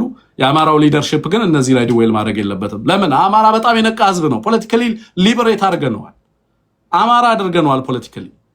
አንድ ሰው ፖለቲካሊ አማራ ከሆነ በኋላ አጀንዳዎቹ እነዚህ አይሆኑም ነው። በዛ ደረጃ ከተግባባን፣ ለምሳሌ እኔ ዩሪ የሰጠውን ብያኔ እኔ እዚህ አላስፈልግም። ዩሪ ምን እንደሚል በአንዱ አጀንዳ ላይ አውቃለሁ። የአጀንዳ የአማራ ገዢ ሀሳብ እንደሚሆን አውቃለሁ። ሰኒ እዛ ጋር ሌላ ቦታ ሄዳ ብትናገረው አጀንዳውን ኤርሚ ወይ ሌሎቻችሁ አማራ ዛሬ ብትናገረው ኦኬ ትግሉ ከገባህ በየትኛው መድረክ ላይ ምን አይነት አቋም እንደሚኖርህ አውቃለሁ እኔ መምጣት አይጠበቅብኝም because ይሄንን አጀንዳ ዩሪ ያፈርሰዋል በዚህኛው ሰልፍ ስለዚህ ሙሉ እምነት አለኝ እንደሚያፈርሰው እስር ቤት ያሉ የአማራ ልጆች ይሄን አጀንዳ እንደዚህ እንደምናፈርሰው ያውቃሉ ምክንያቱም አማራዎች እንደሆነን ያውቁናል እንዴት እያንዳንዱን አጀንዳ እንደምንመለከት ያውቁናል እስር ቤት ያሉ ልጆች እንዴት እንደተሰራን ስለማውቀው ማለት ነው እና በዚህ አጀንዳ ላይ ምናምን አማራ ሲጓተት ሲያዩ ኖ ይሄ የኛ የታገልንለት የታሰርንለት ዓላማ የኛ የታሰርንለት ዓላማ ሁለንተና አይደል ነው የገሌ መውጣትና መግባት አይደለም የአማራ ጥቅል ድል ነው ያንን ፒክቸር እንድናይ ነው የተማርነው የሰለጠነው የታገልነው ምንታገለው ወደፊት ማለት ነው በዛ ላይ አይ ቲንክ የአጀንዳ ፍሬሚንጋችን በዛ መንገድ ከሆነ ብዙ ነገሮች እንዳያስቸግሩን ይረዳናል የሚል ነገር ነው እንግዲህ ሰፋ ያለ ጊዜ ከወሰድኩ በጣም ይቅርታ ጠይቃለሁ መድረኩን መልሼ ላንተ ሰጣለሁ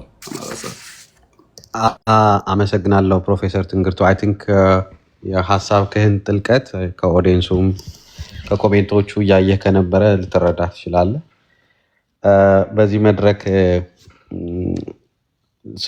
መድረኩን ስናስብ አጀንዳ ሳማከር አጀንዳዎቹን ከመከሩኝ ሰዎች ውስጥ አንደኛው ይሄ አጀንዳ ቶሎ ካልተመታ ለአማራውን ለማቀጣቀጫ ከብልጽግና የመጣ አጀንዳ ነው የሚል እዚህ መድረክ ላይ ያለ ወንድማችን ጠቁሙን ነውና በትክክል ዛሬ ያሳካችሁት ዓላማውም ይሄ ነው የነበረው በዚህ አጀንዳ አማራውን ከፍሎ የማቀጣቀጥ ስራ ሊሰራ ነበር የተሞከረው ዓላማውም ያን ማስቀረት ነው ዓላማው ይሄና ለወንድሞቻችን ድምጽ መሆን ከዚህ በኋላ በካምፔኖች እና ሌሎች ድምጽ የምንሆንባቸው መንገዶች በጋራ እንድንሰራ በሜንስትሪም በሶሻልም ትሪገር ማድረጊያ ሩም እንትን እንዲሆን ፕሮግራም እንዲሆን ነው የተነጋገርነው ኢቭን አጀንዳው እንደ ሼፕ መደረግ እንዳለበት አደገኛ ወደ ሆነ ናሬቲቭ እንዳይሄድ ጭምር